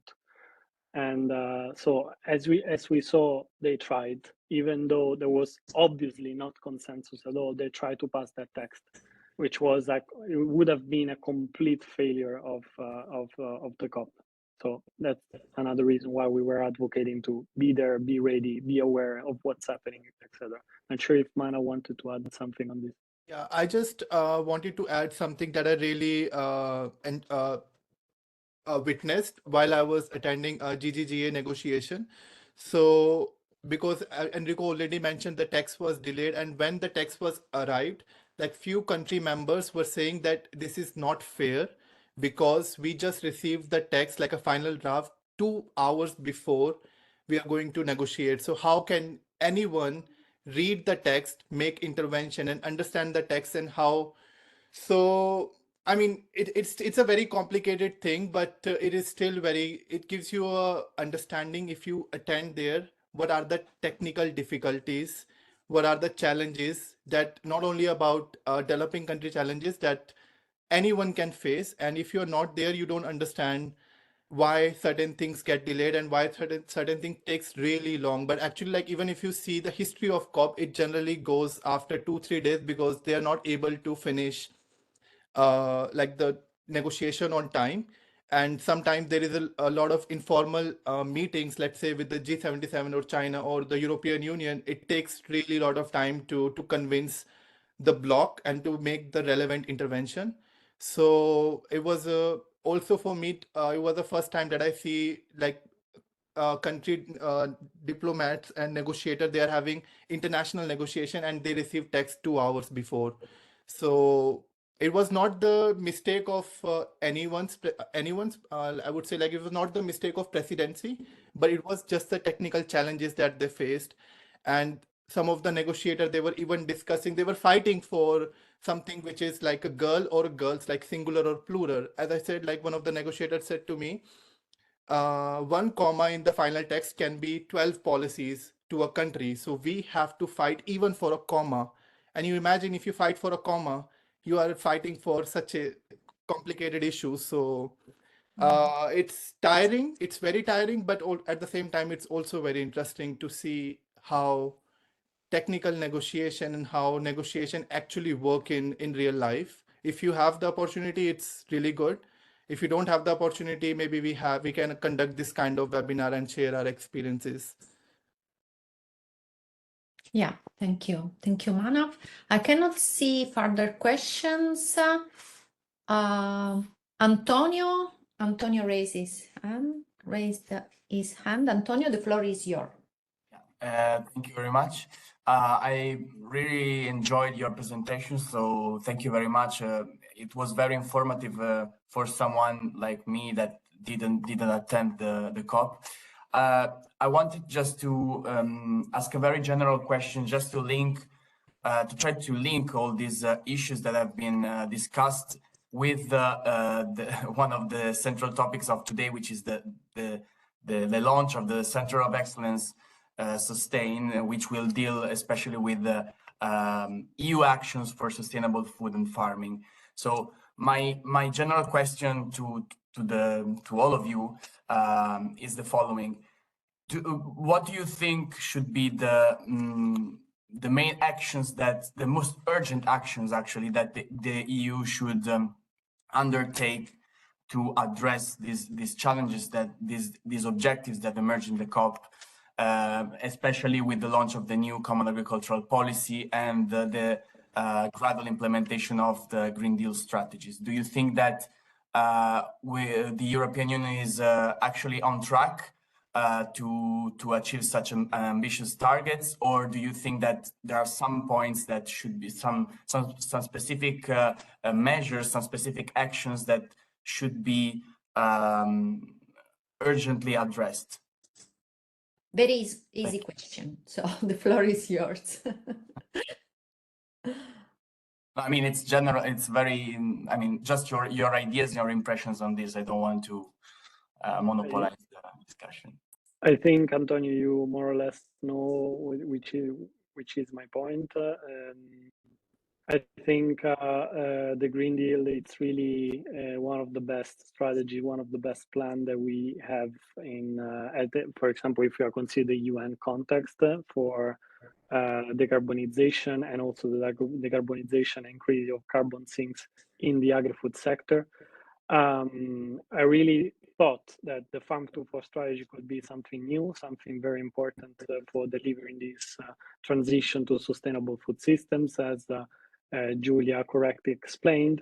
I think there are several things that never really happened. Several things that went wrong, especially at Farm to Fork level. So all the legal output that had to come forward after the Farm to Fork strategy didn't happen. For most of all, the horizontal framework for sustainable food system, the Lex Generalis for understanding what does it mean, how Europe intends to do this transition to sustainable food systems. But we are seeing this resistance in the sustainable pesticide regulation that didn't pass the first lecture at the parliament level. We analyzed together also in a paper how the Common Agriculture Policy, the new Common Agriculture Policy, is not delivering the targets of the Farm to Fork strategy.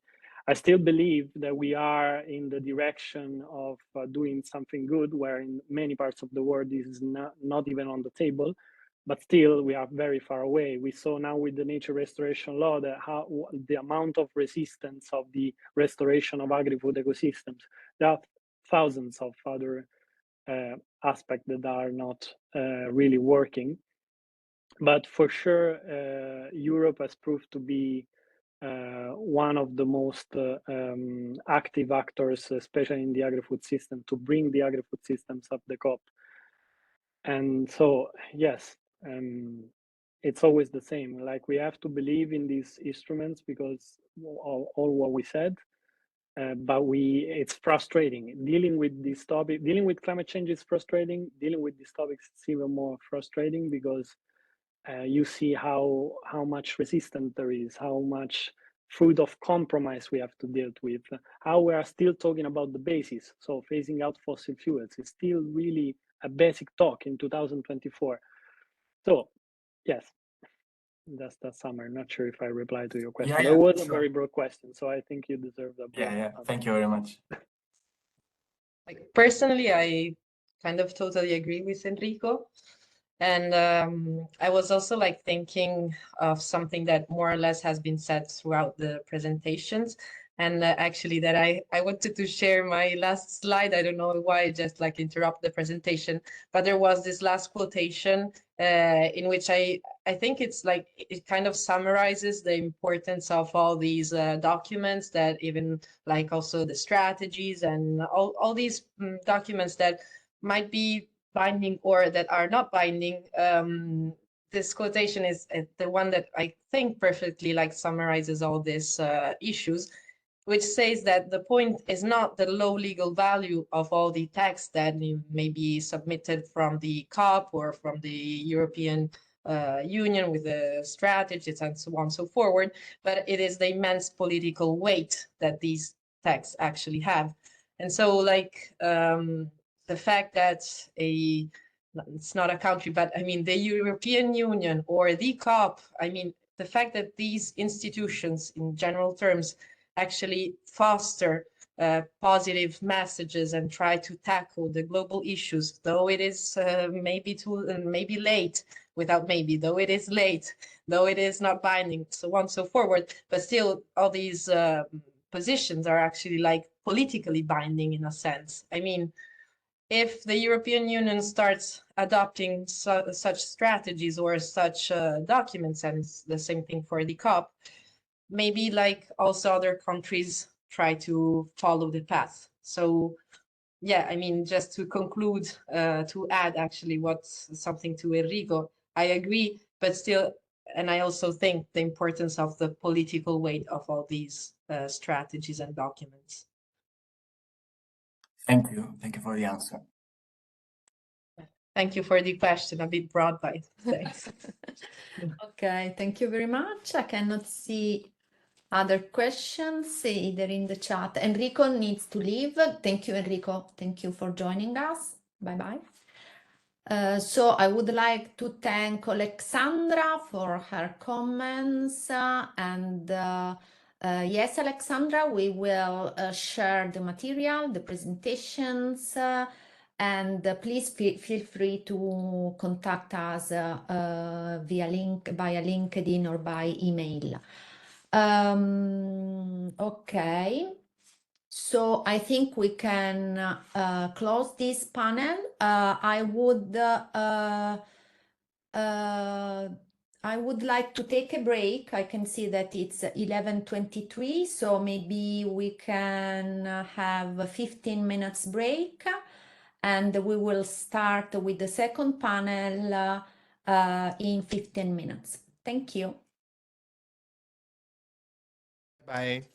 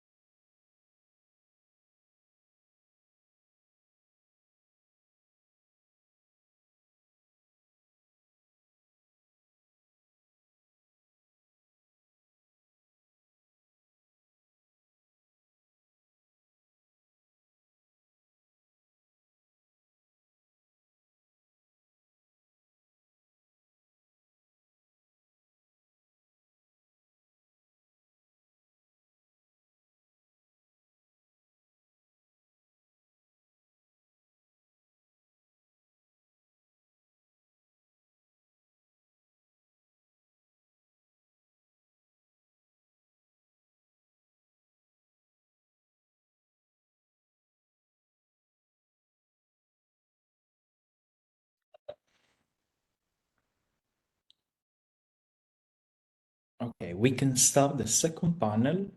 Just a few seconds.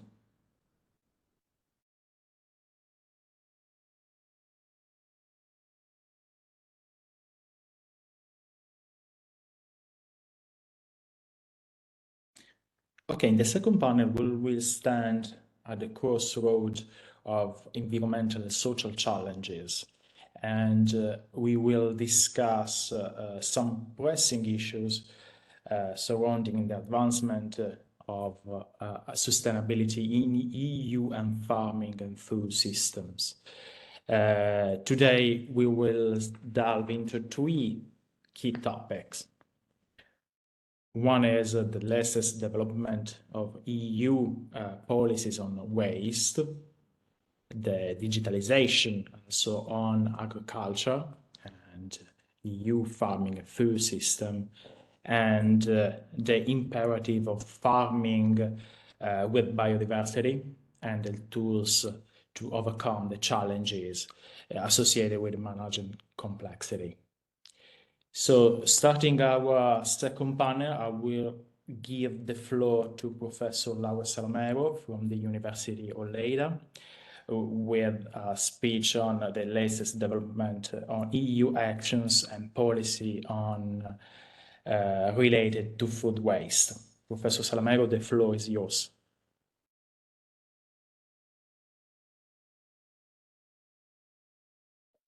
So good morning to everyone. First of all, I would like to thank Professor Alabrese for having invited me today here. It's a pleasure to be with all of us, with all of you. And I want to congratulate also the research group and especially Professor Alabrese for this achievement of having the center, the John Monnet Center of Excellence sustain, which I hope and I know it's going to be a success. So I'm going to try to share my presentation. I don't know if I'm able to do so. Yeah, we see it, but can you put on presentation mode? Yes. Perfect. Okay. So as already said, today I'm going to try to make a brief presentation on the latest developments on EU actions and policies related to food waste. This is a topic I have been researching on for a while now. And as mentioned in previous interventions, it seems to be a key aspect related to the transition into sustainable food systems. So today I'm going to try to divide my intervention in 5 points. First, I'd like to revolve around why food waste is important. So food waste seen as a problem which is relevant in different ways and which is at the same time quite complex. Then I'm going to make a really brief approach to how the European Union has tackled with this issue for the last 10, 15 years, more or less. Then analyze a little bit in depth the Waste Framework Directive, which is the main legal pillar tackling with food waste currently within the European legal framework. And then I'm going to jump into the Farm to Fork strategy to analyze what are the actions foreseen in this political instrument related to food waste, and end up, if I'm on time, please, Andrea, let me know if I'm talking too much, because I tend to do so. So if I have some time, I'd like to present some conclusions.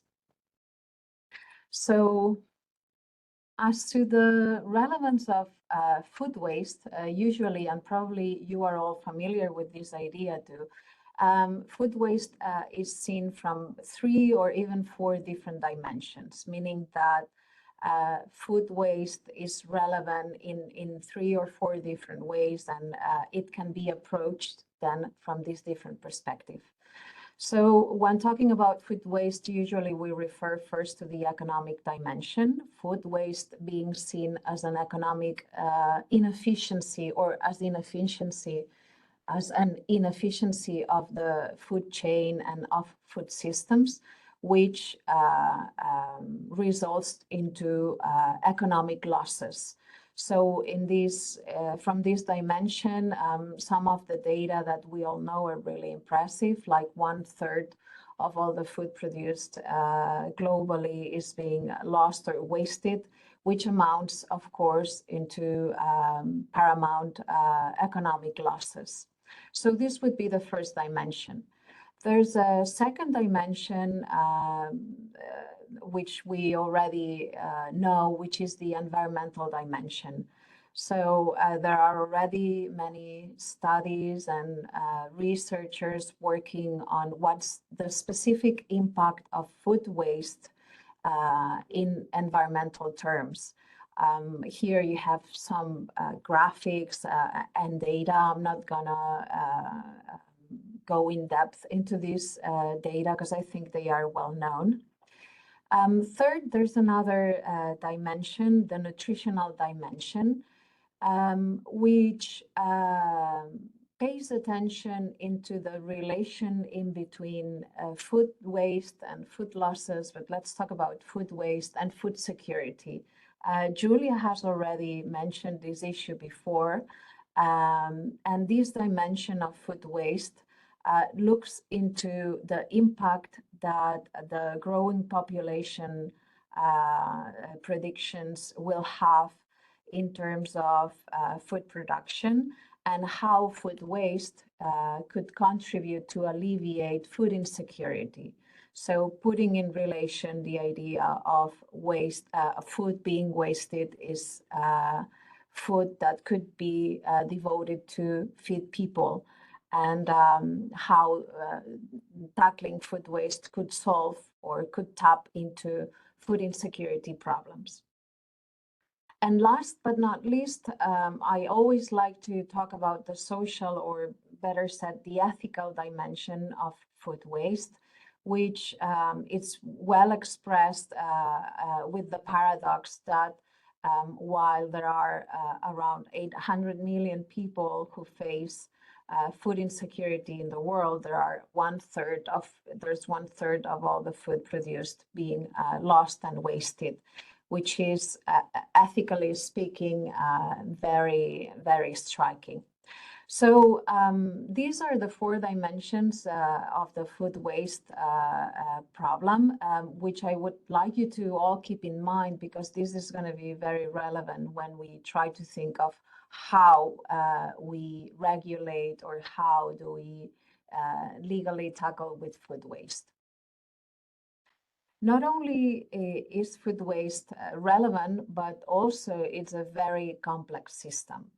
So there are 4 main problematic issues in relating to food waste, according to researchers and policy papers, which are first, the conceptual problem, second, the measurement problem, third, the complexity of the food chain and of food systems in general, and then the differences between different continents, countries, and regions.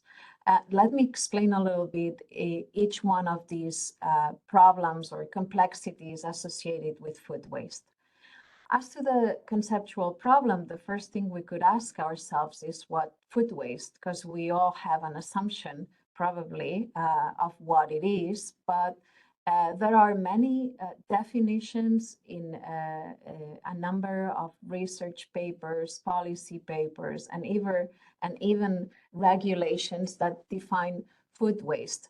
For instance, you might have noticed that I'm only referring to food waste, but in many occasions when we refer to this topic, we refer to food losses and food waste. So to start with, we could ask ourselves, are food waste and food losses the same? When we talk about food waste, do we include pre-harvest losses? When we talk about food waste, do we include edible and inedible parts of food? And so on and so forth. We could ask ourselves many questions in relation to the concept of food waste. The second problem is the measurement problem. So the measurement problem has 2 dimensions at the same time. On the one hand, we can ask ourselves, how do we measure food waste? Do we measure it by weight?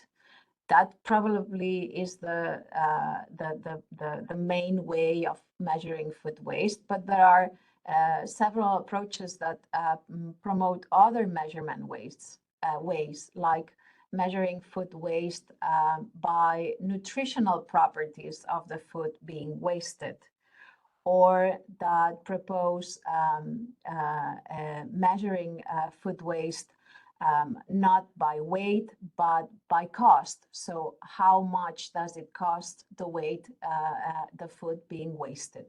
And another dimension of the measurement problem is that actually measuring food waste is very difficult in technical terms. For instance, knowing that in developed countries, like in most European countries, food waste mostly happen in households, measuring food waste coming from households could be very difficult. Starting with the fact that when subjects know that are being observed, they change their behaviors usually. So the measuring of food waste is another problem. Of course, then the complexity of the food chain. When we think of food waste as a problem, we need to ask ourselves, what are the causes for food waste and who is responsible for food waste?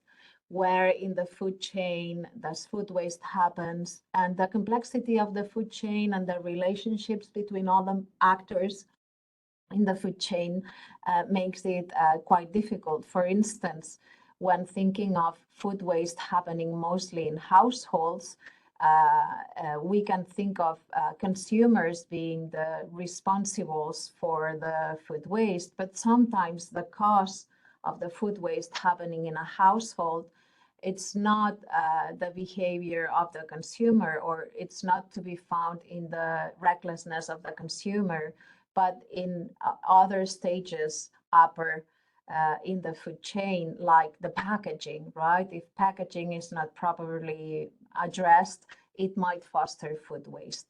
And then, of course, the differences between continents, countries, and regions make food waste turns food waste a complex problem, because when analyzing food waste, research proves or shows that there are many significant differences in between, for instance, developed and developing countries.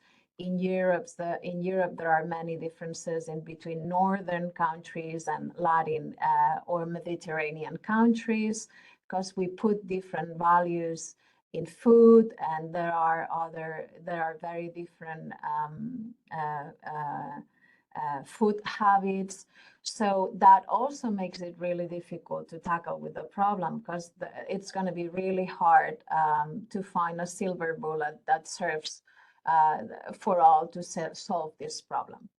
And of course, when thinking of the complexity of food waste, not only these particular issues need to be taken into account, but also the different dimensions of the food waste problem. Because, for instance, going back to the conceptual problem, depending on what's the dimension we want to pay attention to, the concept of food waste is going to vary, right? So just to use a very simple example, if we are tackling with food waste from the environmental dimension, from the dimension of food sustainability, because we worry about the impact that food waste has in the environment. When we want to define food waste, it's not going to be relevant to include or exclude inedible parts of food in the concept of food waste, because inedible parts of food are going to have an environmental impact, right? But when FAO deals with food waste, of course, FAO is mostly thinking of food security, right? And tries to tackle with food waste as a way to palliate food insecurity situations. Then from FAO point of view, when defining food waste or food losses, inedible parts are not taken into account when defining the concept, right? So this is just one example of how, depending on what of the dimension is relevant, we are going to tackle with the problems or the complexities associated with food waste. So as you can see, some researchers have called food waste as a wicked problem because it presents all these complexities. Nevertheless, food waste has been paid attention at the international level, at the European level, and also at the national level by many countries. So here, as you might know, it's part of the the agenda for the sustainable development, and there's one goal that specifically talks about food waste, which is the SDG number 12, which sets a target to, by 2030, halve per capita global food waste at the retail and consumer levels, and reduce food losses along production and supply chains, including post-harvest losses. Of course, FAO has also works very intensively in food waste. But in terms of the European Union, which is the point of my intervention today, along with other international organizations, the European Union has been worrying about food waste for the last, as I said, 10, 15 years.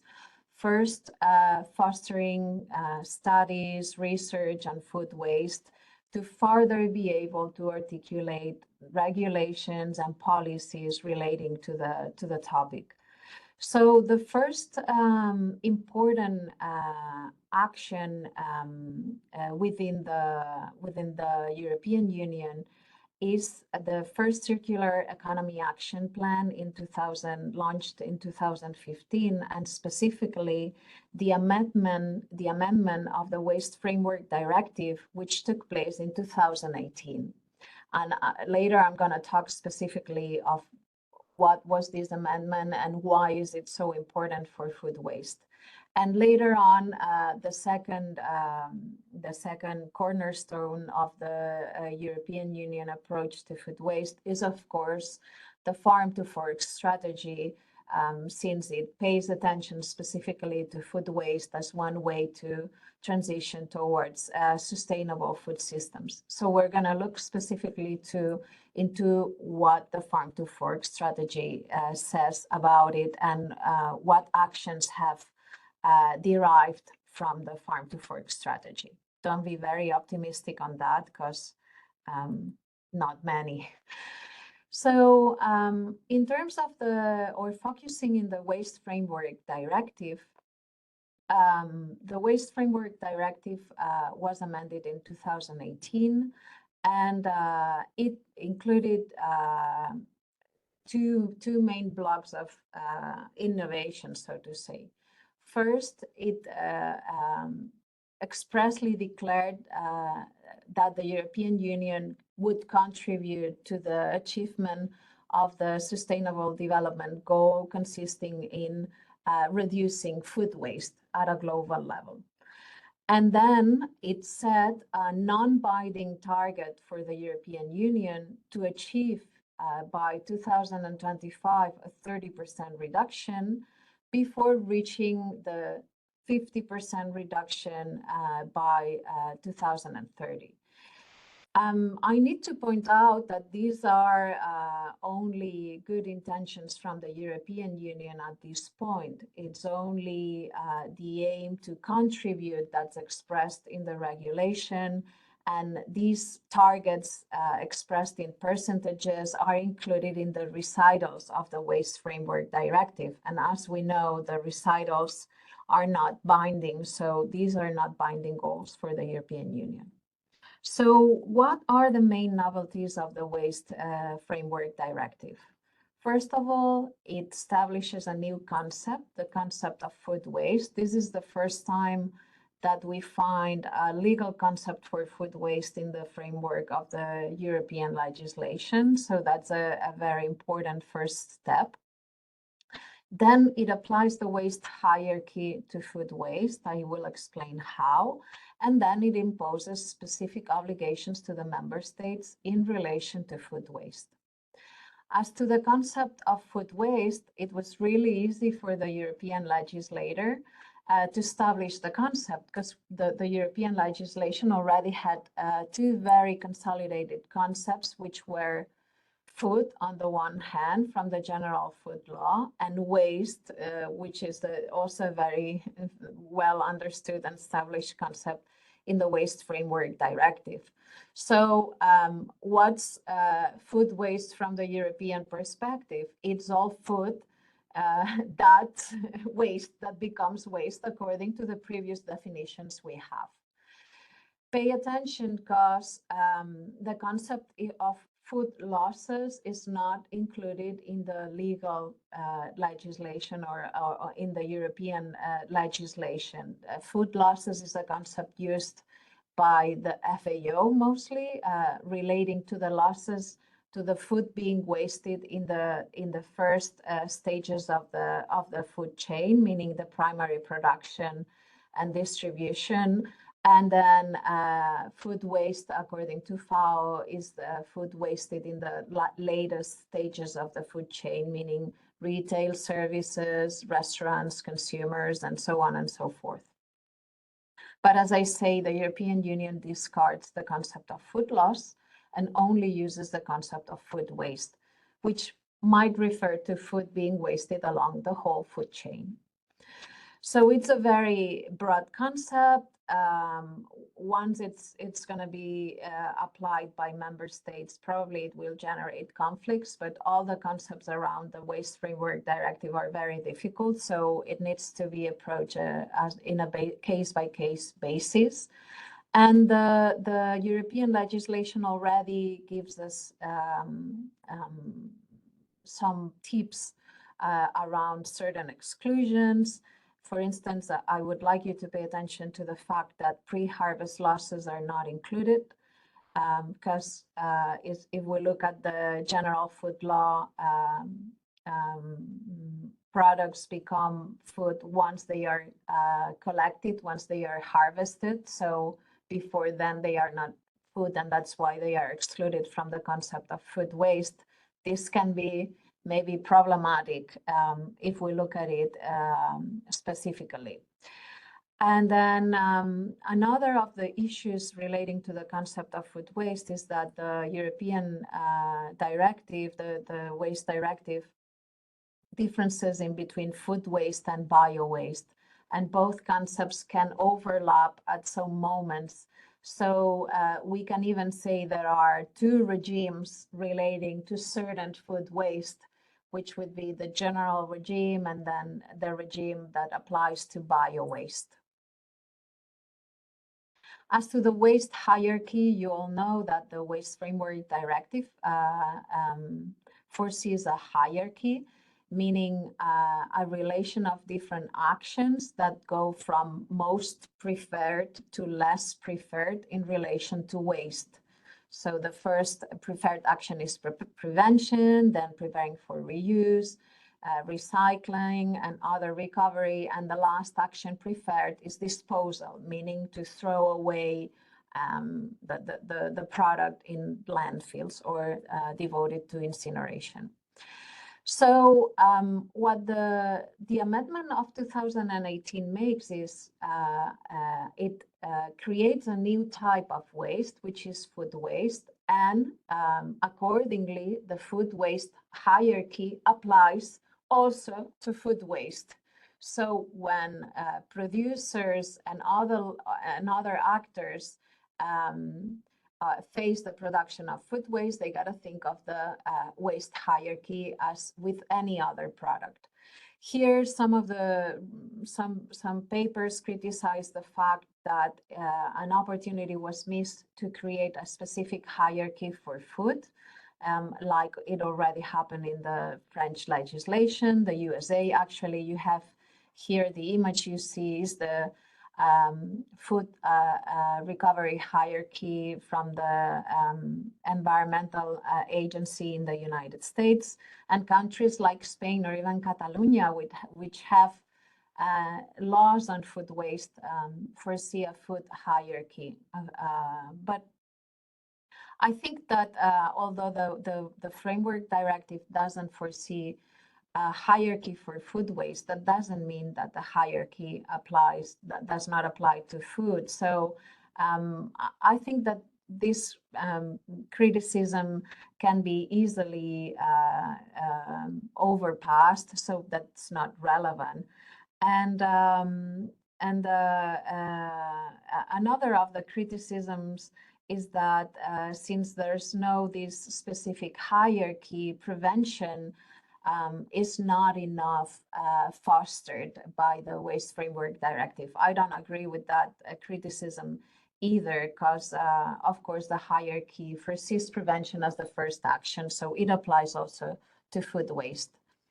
And then as to the obligations addressed to the member states, you see that the obligations addressed to them are pretty mild, So in terms of targets, there are no specific targets established in 2018. Also, the general obligation to contribute to the Sustainable Development Goals.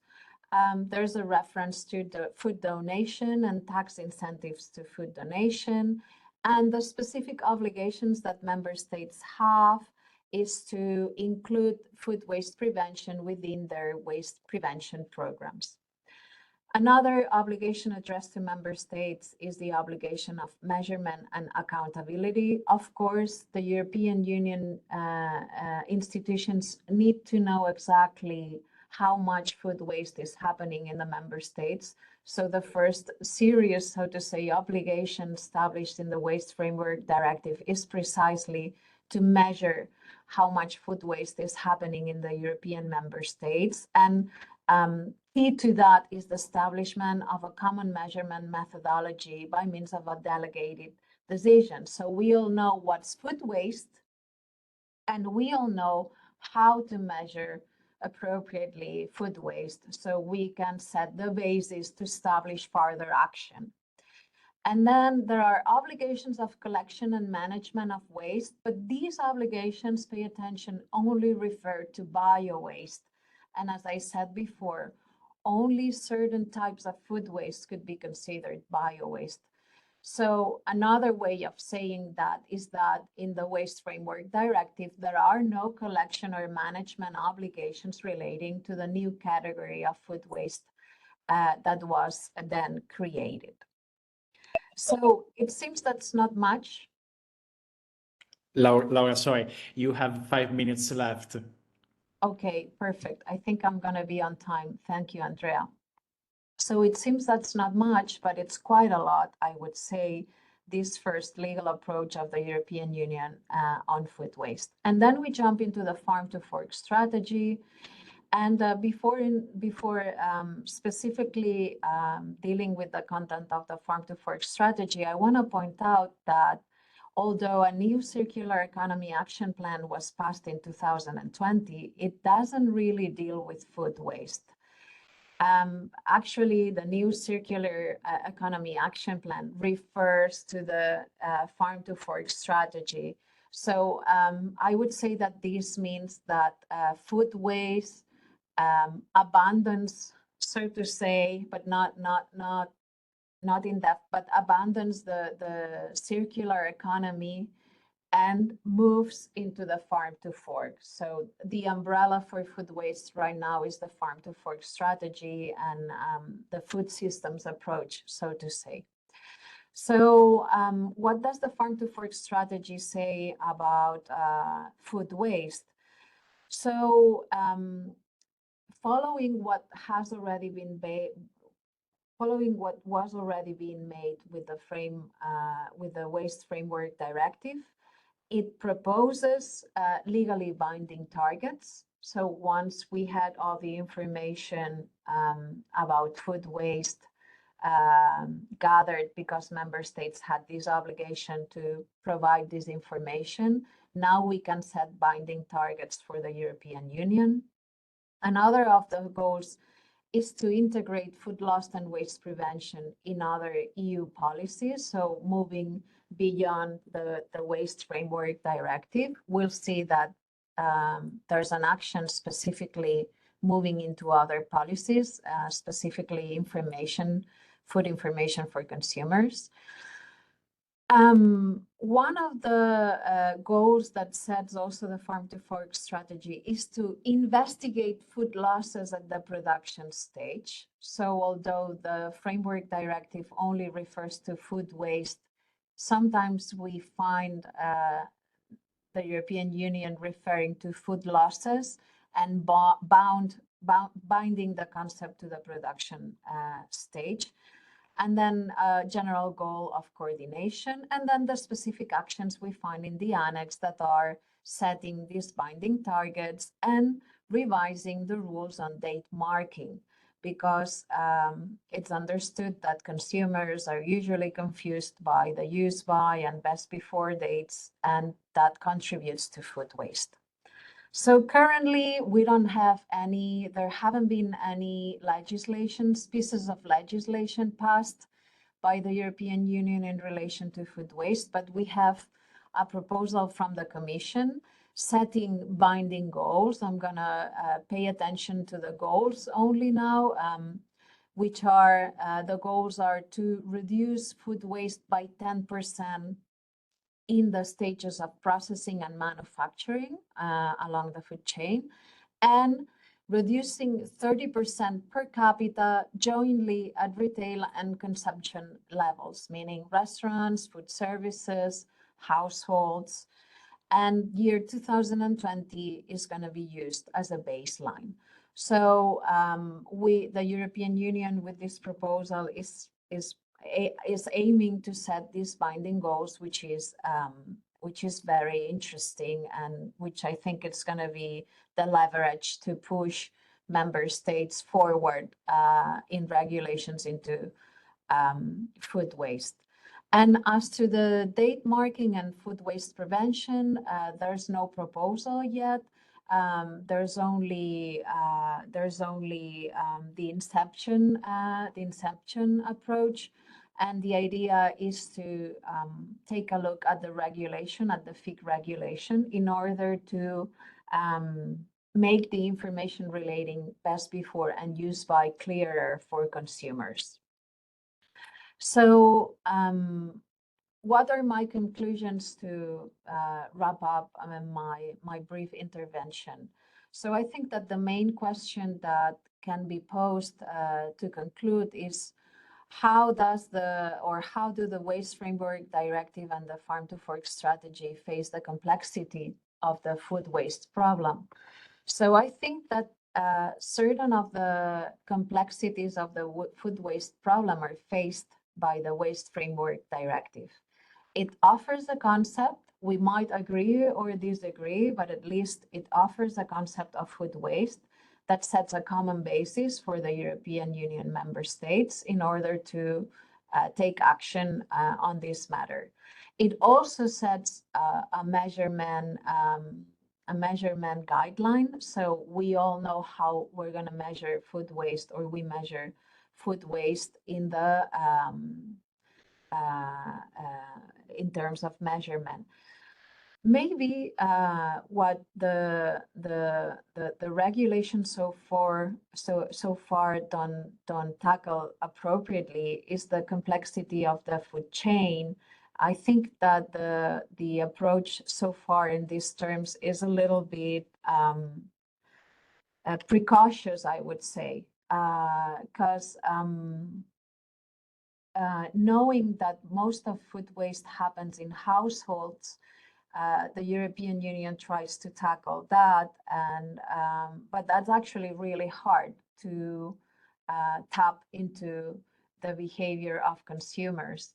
So that's one thing. Another thing, as you might have seen, is that the production sector is not included in any of the regulations, neither in the Farm to Fork strategy. So it's like the production sector does not exist in terms of food waste, only producing transformation sectors, retail, and consumer level.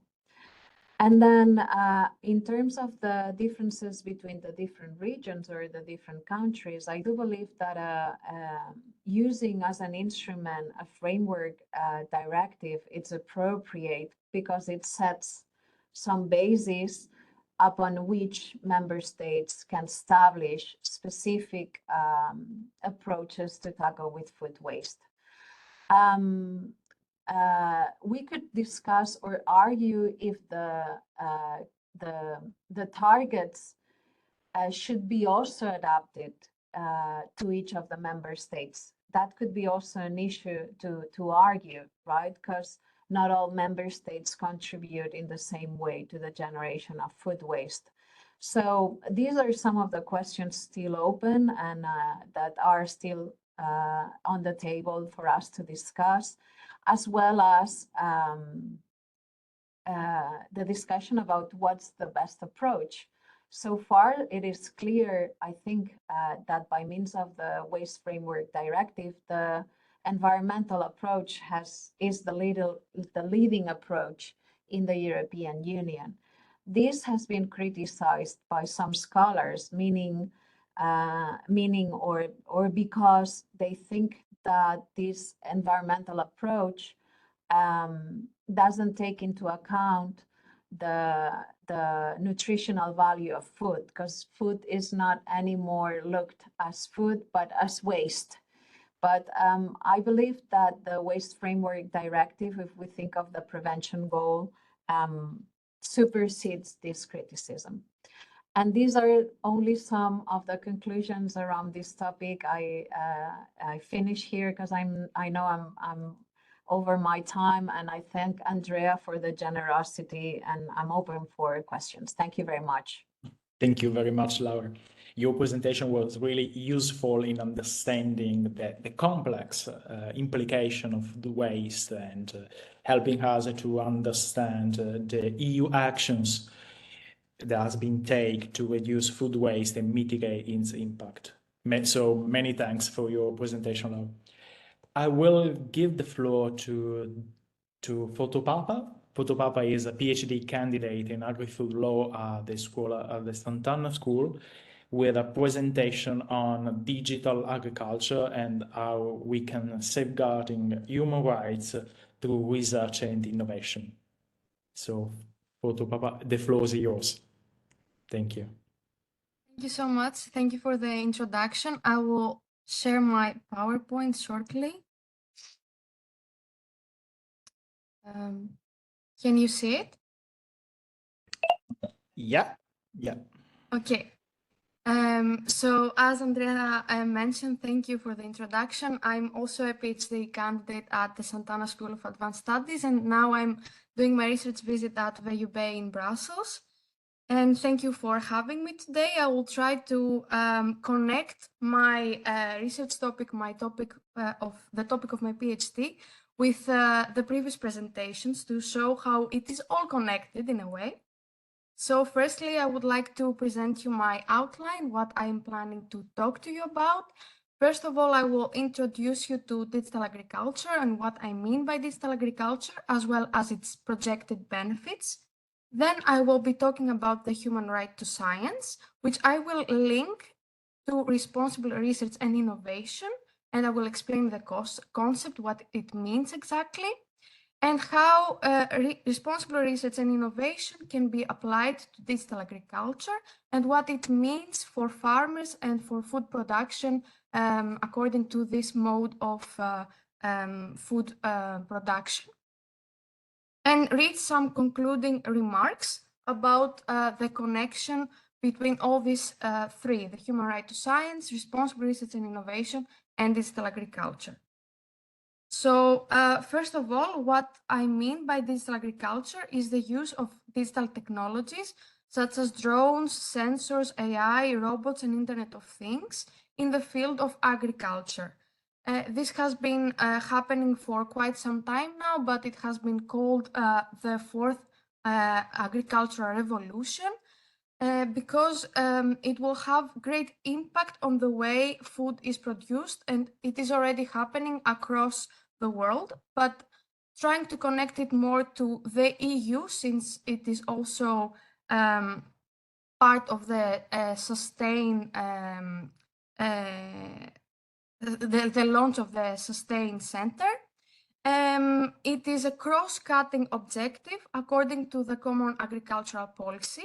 So all states, all member states of the EU have already introduced some measures that take into account digital agriculture and have introduced the policies that will bring digital agriculture to the center.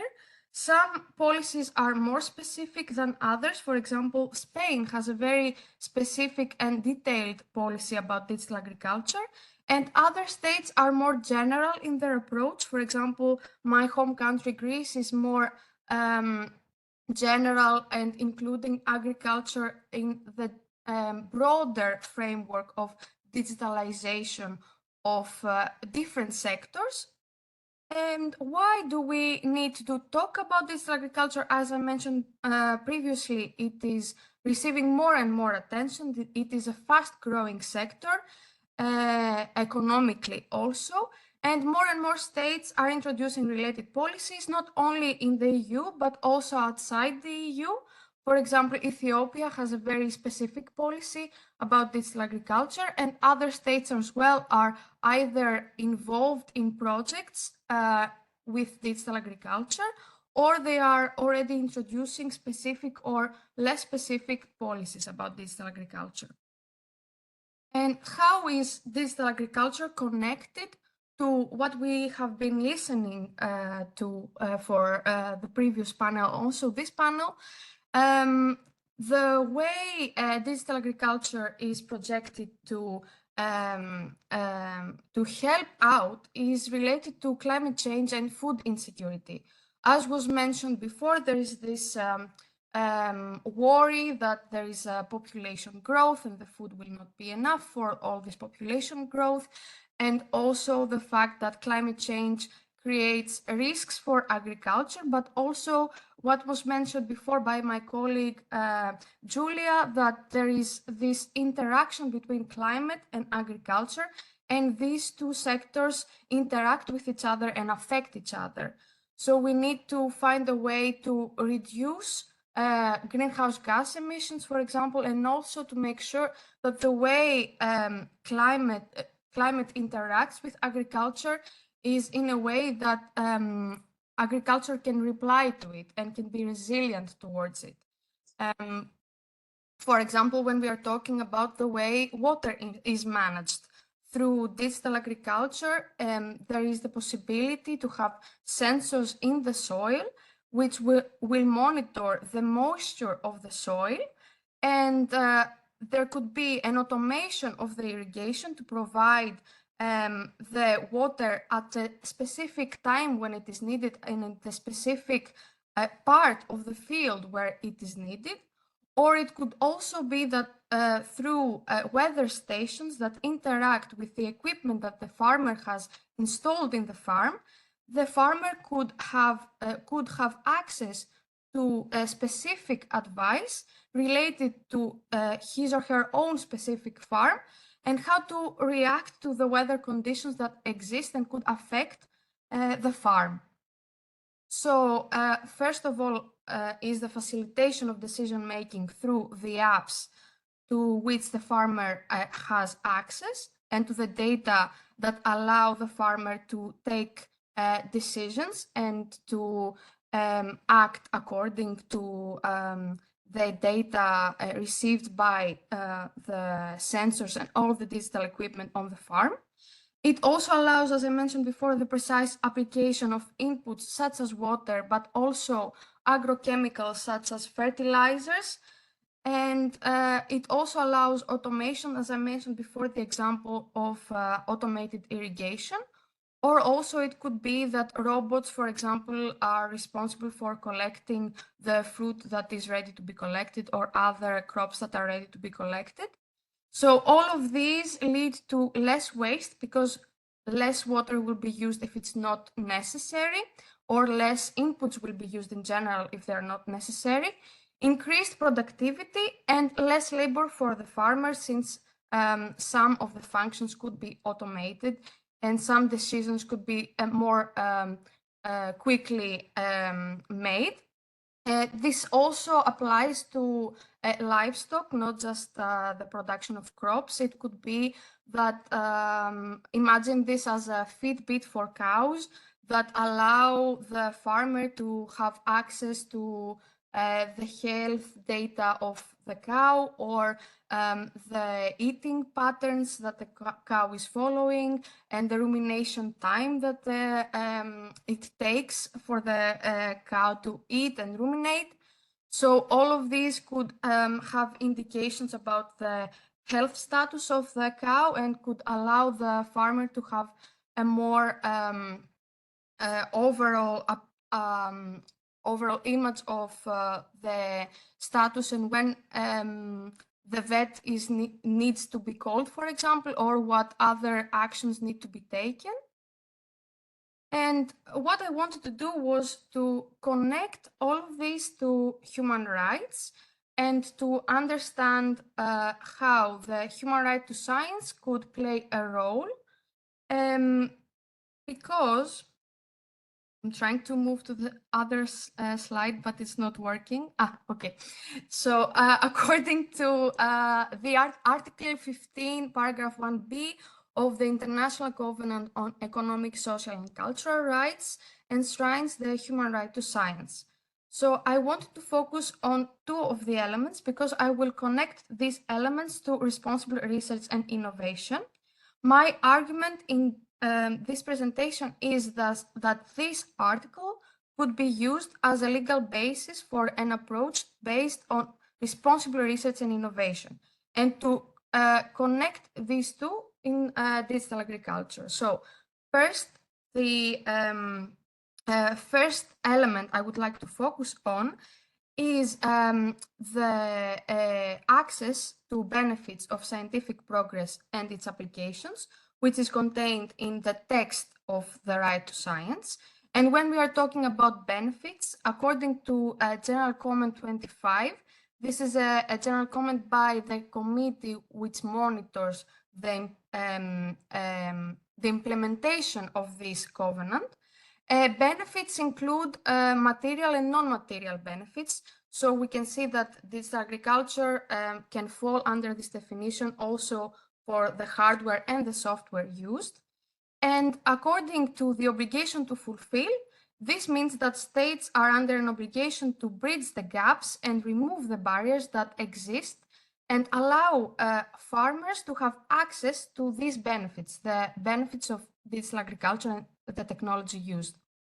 The other aspect of Article 15 is the protection from the adverse effects on human rights, including from private actors. So this part of the obligation we can infer from an interpretation based on, again, the general comment on the right to science, and also the guidelines on reporting by states. And this element of anticipation, of expecting the adverse effects that technology may have on human rights is dual. It can mean also just the benefits that could be identified and the opportunities for science and its applications. But here we will focus mainly on the risks. So I will move to responsible research and innovation. In order to link it also to our topic, which is related also to specifically to the EU, responsible research and innovation is not something new for the EU. All the projects that are bidding for funding by Horizon 22, for example, are supposed to have a section on responsible research and innovation. And this means that they need to address societal needs. This could be in general sustainability or other values and needs that need to be served according to the society. And how it relates to digital agriculture is that so far the model that has been used for agricultural technologies is this transfer of technology model, which means that experts are the ones that are creating and disseminating the technology. But this model has been argued ignores the importance of farmer knowledge and the peer-to-peer transfer that happens between farmers. So there is a need to take into account the farmer knowledge in the designing of digital technology in agriculture. And this is important because so far, as we can see also by a report of the FAO, so far private research and development exists for agriculture mainly, and there is an increase in the numbers. So it is possible that the priorities between private and public investment in technologies are different. If we want to make sure that technology is designed according to societal needs, then we need to recalibrate these priorities and focus on protecting the environment, for example, and focus on sustainability for the long term. So here I have introduced the axis of responsible research and innovation. I will not be dealing with all of them. I will just briefly mention them. First of all is anticipation. Second is inclusion, engagement of different actors in the innovation process. Third is the reflexivity for ideas, motivations, and technologies, opportunities, and problems. This means that, for example, the researchers and the people involved, the stakeholders involved, need to identify what their motivations are and what their maybe preconceived ideas are about technology. And the last one is responsiveness, which means that the behavior and the direction of the technology design should shift according to the inputs received during the second process, the inclusion process. So what does this mean and how is this connected to the right to science? Because we have seen three different things so far. So I wanted to connect the element of participation that is, as I mentioned before, one of the four axes of responsible research and innovation to the obligation to protect under the human right to science, and to show that under both of these elements, there is an obligation of the states to identify the risks of digital agriculture and minimize its negative impacts. This would also help address the gap between policy making and technology development. If states are aware of the risks that digital agriculture may present, and they know of these risks and they try to react to them in time, not prevent them, not just react to them, they would also be complying with the obligation to protect, as I mentioned before, because they will be anticipating these risks in time. The other element is the inclusion element, the second axis of responsible research and innovation. And this, again, I believe, is connected to the other element of the right to science, which is the obligation to fulfill and, in that sense, facilitate access to technology. This means that through the inclusion and the participation and knowledge sharing of different actors, for example, small farmers are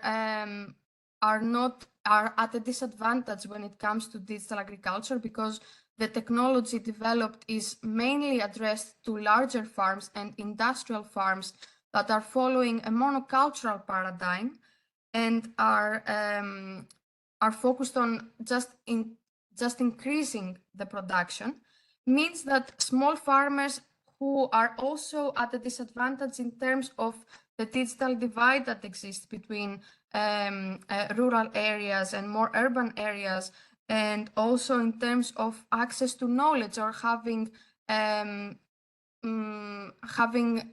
adaptability to using digital technologies, they are also at a disadvantage in that sense.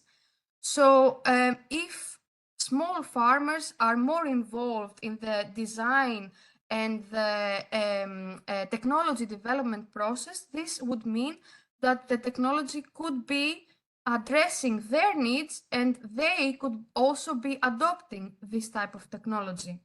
Of course, here we have to take into account some other elements that play into inclusion. For example, the local context, because for example, when you are trying to include people, you have to be aware of the way that they will react. There was a study that found that women in Kenya, for example, did not want to share their opinion when the majority of the people involved in the audience was males. They didn't feel that comfortable sharing what their thoughts were. So you have to also find the specific mode of engagement that will make sure that all the people involved share their opinion. For example, it could be a demonstration farm, or it could be a pilot study on the farm. It could be a stakeholder group just encouraging informal dialogue. So it depends, these two interact. It depends on the local context and what mode of engagement works best in that context. And also... I'm sorry, you have 3 minutes left. Okay, perfect, thank you. So these two also would help to recalibrate the priorities, as I mentioned before, for digital agriculture technology development. Because if small farmers are voicing their concerns and are voicing their needs and what their priorities are and what they want from digital technology, then we might be talking about a more inclusive digital agriculture which takes into account all these needs and also societal needs that I mentioned before. So, coming to the conclusion, what I want you to take away from this presentation is that responsible research and innovation may assist in anticipating the risks and protecting against the negative effects of digital agriculture. This is not in vacuum, but would also be in compliance with state obligations under the human right to science. This means that this could have an even bigger impact than just the EU. The human right to science is contained in an international convention, the International Covenant on Economic, Social and Cultural Rights, to which not just EU member states, of course, are members, are bound by it. So I wanted to demonstrate how this human right to science could be the legal basis for responsible research and innovation, which, if applied to digital agriculture, could result in a more inclusive technology for all, including small farmers. Thank you so much for your attention. Thank you very much for your presentation. It was really useful in understanding the nexus between research, responsible research and innovation, and the link with digital agriculture, sustainable agriculture. Thank you very much. I will give the floor now to Professor Camilla Moonen and Dr. Stefano Carlesi from the Center of Health Science for a presentation on farming with biodiversity, tools to overcome the challenge related to the management of complexity. So the floor is yours. Thank you. Okay, thank you very much. Good morning to everyone. I hope you can still last for another minute. Camilla, I'm sorry. I don't know. We have some problem with your voice. Okay. So then in that case, I need to do another thing. A telephone. No, I don't know if you have headphones. So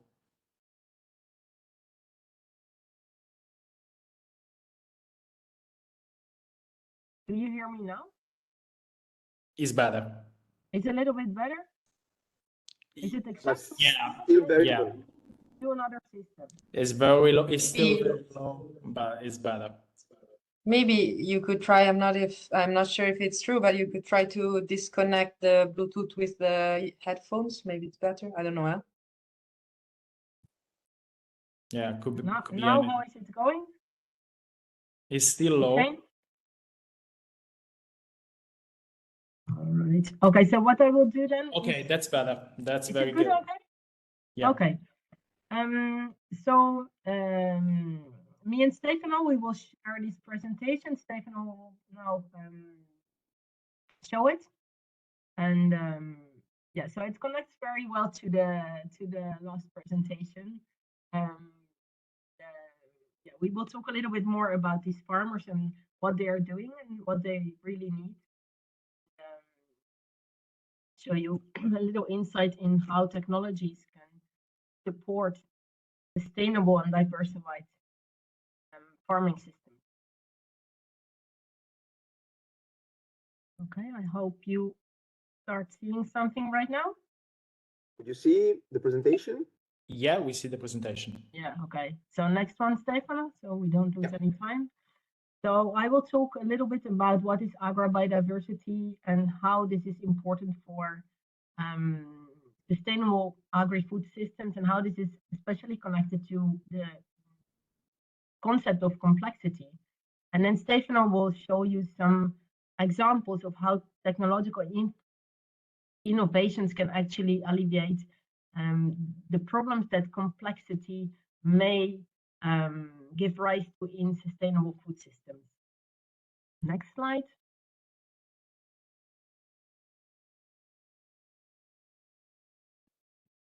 Blocked, I think. No, it's not moving. Okay. Okay, there we go. So just to give you first an idea of what for us agroecologists is a sustainable agri-food system. So this is quite complex definition. I've taken let's say inspiration from a paper from Eckert that gave, I think, a very good concept of sustainability because it's complex. It really looks at the environmental and social economic side of things. So a truly sustainable agri-food system should contain elements, should recognize the importance of knowledge, and should make respectful use of these natural resources, including local biodiversity. The planning of these systems should be done with a long-term view, and it should be important to maintain, therefore, the ecosystem services for future generations and do this in an economically viable and socially just manner. So that is also what the previous speaker a little bit showed us about. So we need this agroecological approach, according to us, to obtain these sustainable and robust agri-food systems. And agroecology really tries to link science, practice, and the social movement behind farming and agri-food systems. Of course, we as scientists are very much focused on the scientific part. So we look at the ecological interactions among different organisms in these systems. And we try to design based on that agricultural production systems that are as self-regulating as possible so that we can have systems that rely less on external inputs such as fertilizers and plant protection products. But at the same time, we are very much aware that this is connected to the practice, so the people that actually perform agriculture. And agroecological farmers, they would very much promote diversified agricultural systems using as much as possible the functional biodiversity in order to promote ecosystem service provisioning, such as, for example, crop pollination or biological pest control. And at the same time, we have this movement, this social movement that really looks at the total social context of agroecological and farming systems and farming in general. So that looks at what kind of farming type we have, about promotion of short supply chains, about use of local resources, about the importance of knowledge exchange, etc. So let's look a little bit more at the complexity of the ecological interactions.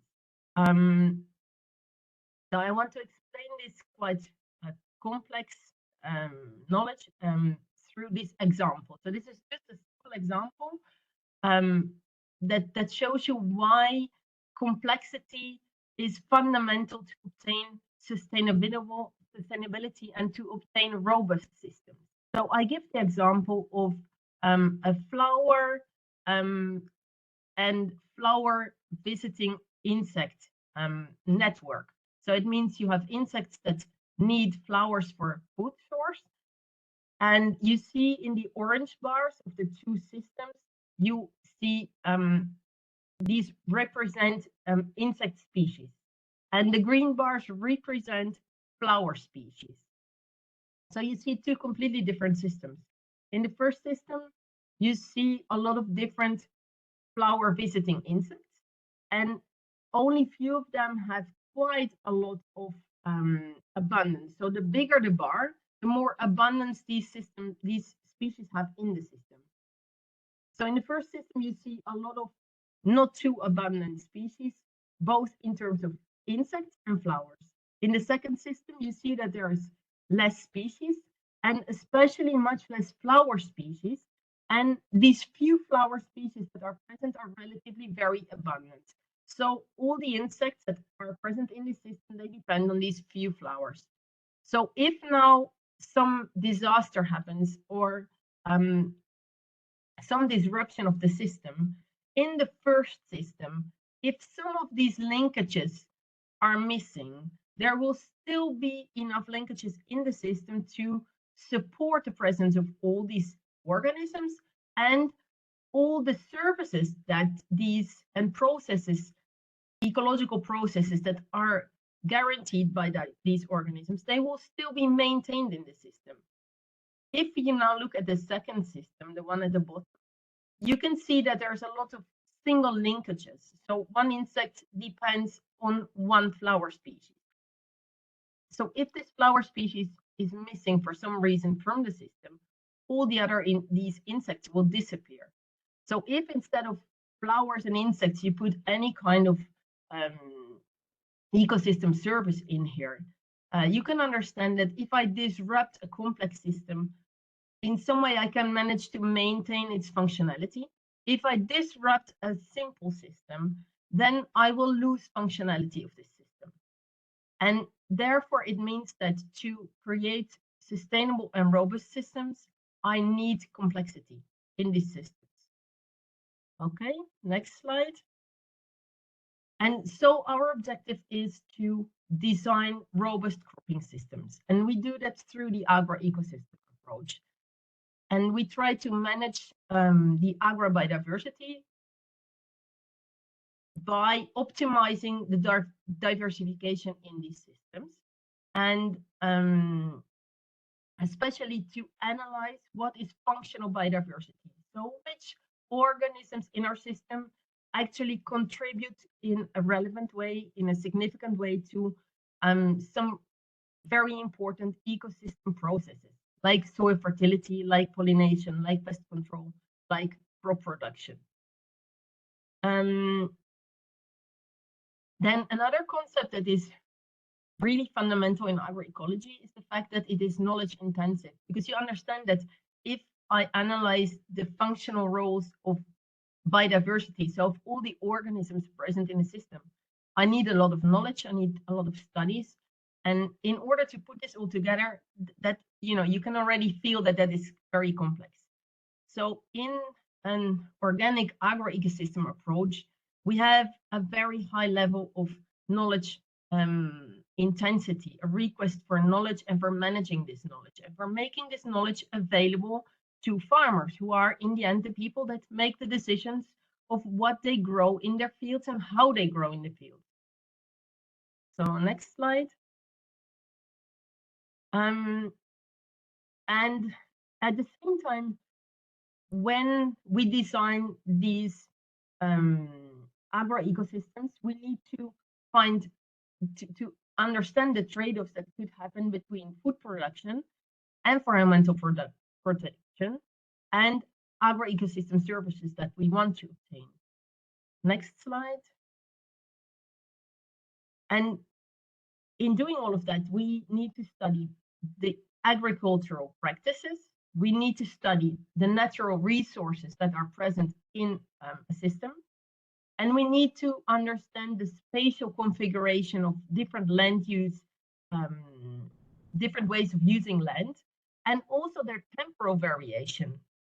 So for example, crop rotations and successions in natural vegetation. Next slide. And all of that, we have 4 dimensions of functional biodiversity. We have genetic, species, and habitat diversity. And we need to manage also the diversity of management, because if management is diversified, we can more easily support genetic, species, and habitat diversity. Next slide. So at the basis of this management of biodiversity, there is a very important principle, and that is trait complementarity. Because as you all probably know, if we put several species in a system, they can start to compete for the natural resources in the system, such as solar radiation, water, nutrients in the soil, etc. So what we try to do is a kind of engineer a system where we have species living together that make complementary use of the natural resources that are present in such a way that we can optimize production, optimize service provisioning, and decrease the competition they have among themselves. Next slide. And so if we try to put this into a graph, then you can see here on the x-axis the level of functional biodiversity, so the number of functionally different species, and on the y-axis the magnitude of ecosystem processes, so soil fertility or pest control or whatever. And so if we have a system with a very low level of functional diversity, if I add new species, it is very likely that I will add complementary traits. And therefore, I can increase the magnitude of the ecosystem functioning. At some point, I will have saturated this, the complementarity of traits, and I will get to, if I add more species to the system, I will start to add redundant traits. So that means that my functioning and my processes are not going to change very much anymore. So I get to a stable system and I just increase diversity. So you could think that it is worthwhile to increase diversity up to a very high level. But the problem is that diversification in an agro-ecosystem means difficulty for the farmers to manage this diversity. Okay, so it's like a double-edged sword. It's good, but it's very difficult for farmers to manage this. So what we need to do is add as little as diversity in the cropping systems as possible, maximizing the efficacy of this diversity that we add. So the next slide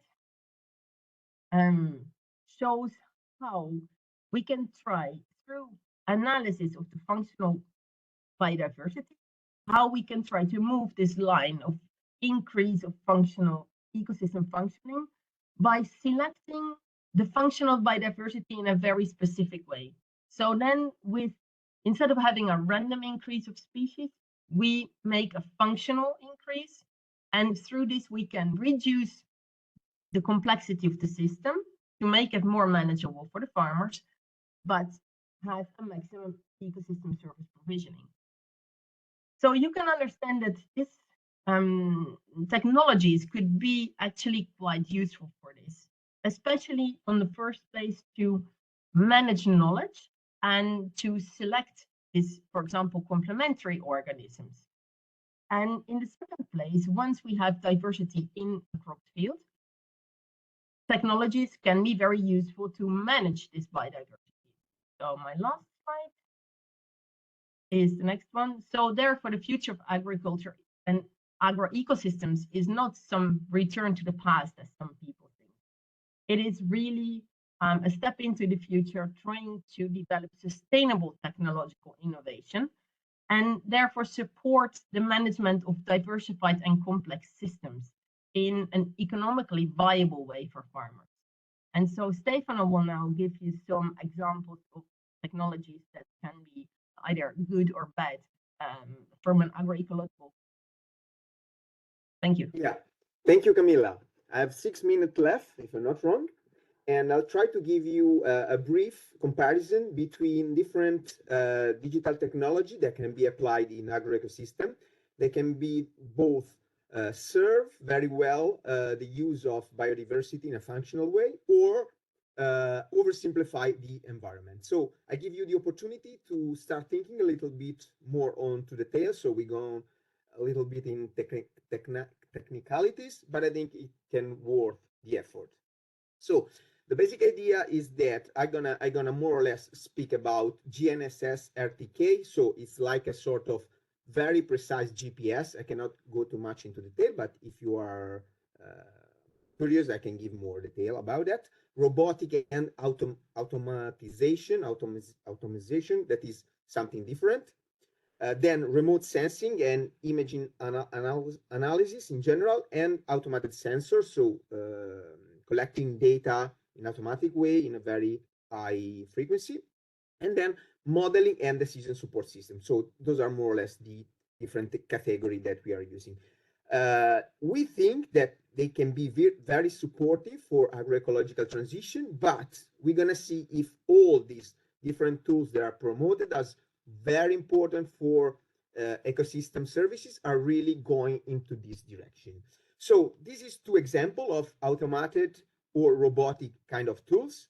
They seems very promising, and indeed they do a very good job. For instance, the 2 I'm presenting here can be considered very effective to reduce fungi disease, like in strawberries, that are a crucial elements that cost a lot of environmental damages because they apply a lot of fungicide on top of those strawberries, and having the opportunity to use physical energy to remove oidium, for instance, is very important for farmers to reduce the impact of their activities. The same is the agro robot that removes, sorry, not weeds, but pests like insects through vacuum. Is really important because, again, it avoids to use pesticides. So it's something very promising to not use chemicals inside agriculture. But look at this picture.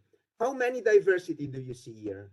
Basically, you don't see any diversity. There is just one crop, and the effort of this farm is to not include any other living organism inside. They try to kill everything because in this way they don't have any problem, and they produce as much as they can. So this is a very smart application of an approach that we can call a substitution approach. So instead of using a chemical product, you use a physical inputs. That is something good for environment, is good for the health of the food you produce, but do you think is good for the sustainability in general of this farm? We think is not so much, because it creates anyway a weak kind of farming system.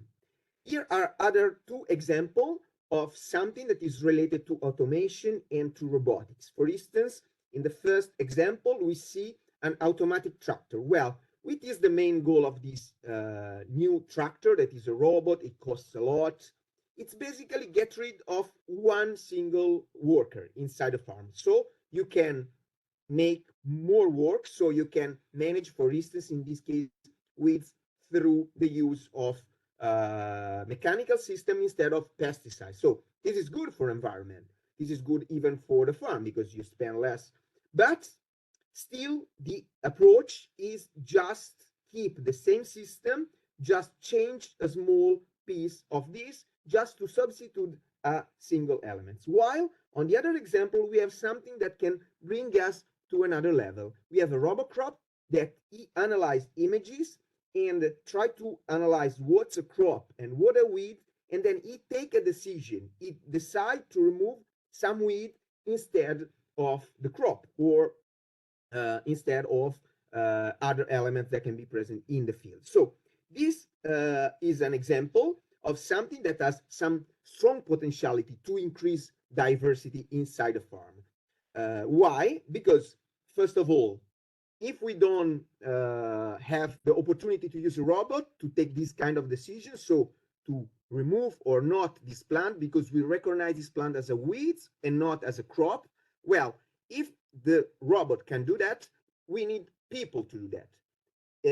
It's very difficult to manage mechanically inside the row, in particular for crops that are very sensitive to mechanical damage. So in many cases today in Italy, Western countries, a lot of money, a lot of knowledge, we still use people to get rid of the weeds inside the field. Well, this decision can be taken by a machine. So this is something good because it goes in increase of complexity in management and can obviously get rid of very intensive, a very hard kind of work. So what we think GNS RTK, so this very precise use of information coming from satellite be used? Well, we can use this to, as Camilla said, plant two species together and exploit as maximum the potentiality of diversity, having the opportunity to use different resources in the same piece of land in the same time. We can also think if we can really manage very well different patterns, even to increase the amount of complexity and go to a very differentiated kind of use of land. This is something for us that is crucial. I also prepare another couple of examples, but I will skip it very fast because I know that the time is over. Just to say that DSS and modeling can represent a very important new tool that are available for farmer to starting forecasting what's gonna be in their farm and try to modeling redesign of their farm in a way that can increase a lot the amount of diversity they have inside. We have this potentiality, but we also kind to address some issue about that and some kind of problematic question we have about the use of this technology. The first one is about the data availability. Who has the capacity to harvest so much data that are crucial elements to produce and build this effective model and this effective decision support system? Second question, AE starts to become a crucial element in producing this model, but who has the capital to pay for proper training session that costs a lot of money because they are very they demanding from an energetic point of view? And the third question is, at the moment, the environment of building up this DSS or modeling is an environment that is very rich at the moment, very diversified. Many small farmers, many small enterprise starting to try to develop this system and these services for farmer. But how long does it take to become a monopolist system if we still have totally freedom in putting resources in training the AE, and the same is for harvesting the data? So those were some questions we raised about that. So we are finished. We are very open to discuss. We see that Photopapa said very interesting thing, and kind of a researcher is very on our similar view and our similar topic. We are working on that. We have a Pathodia European project. We are working on the issue about how to evaluate digital technology, how to include farmer point of view inside digital technology, how we can get profit from digital technology, serving the interest of small farmer. And we are very open to discuss about that. And in case there are questions, I think it could be very interesting to have a meeting with Photopapa about her project, because really fits into many of our questions and issue we try to raise. Thank you for your attention and your patience. I know I'm 3 minutes late. Thank you very much for your presentation. It was really interesting on how we can manage and first understand and manage the complexity associated in biodiversity, and to providing us such interesting example on digital agriculture. I'm not sure if we have some question from the attendees or also the panelists.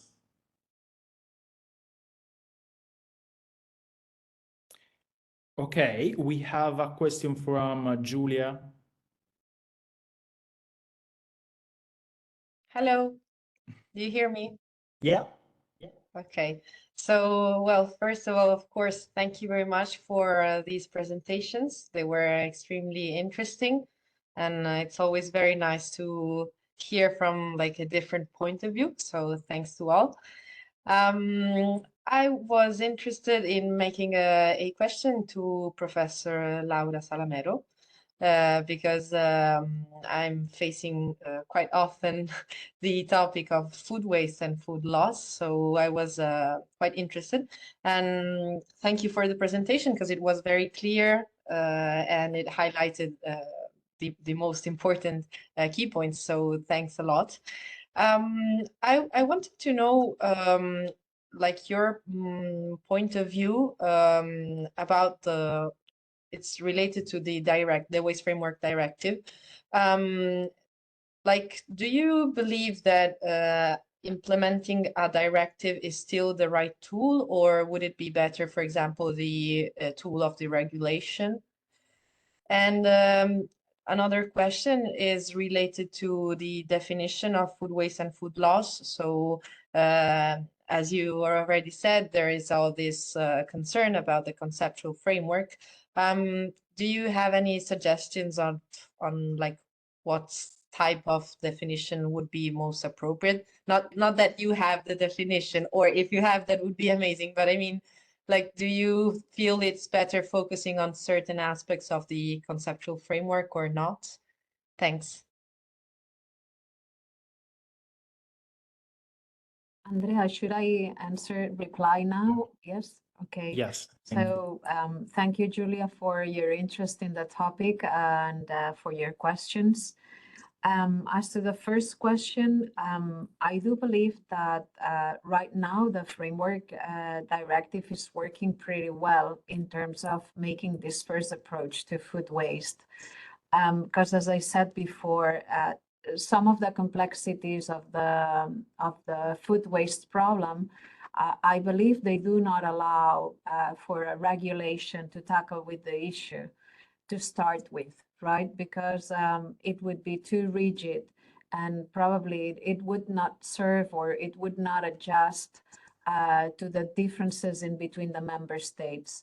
So having an instrument such as a directive, I think it's better to use that than a regulation.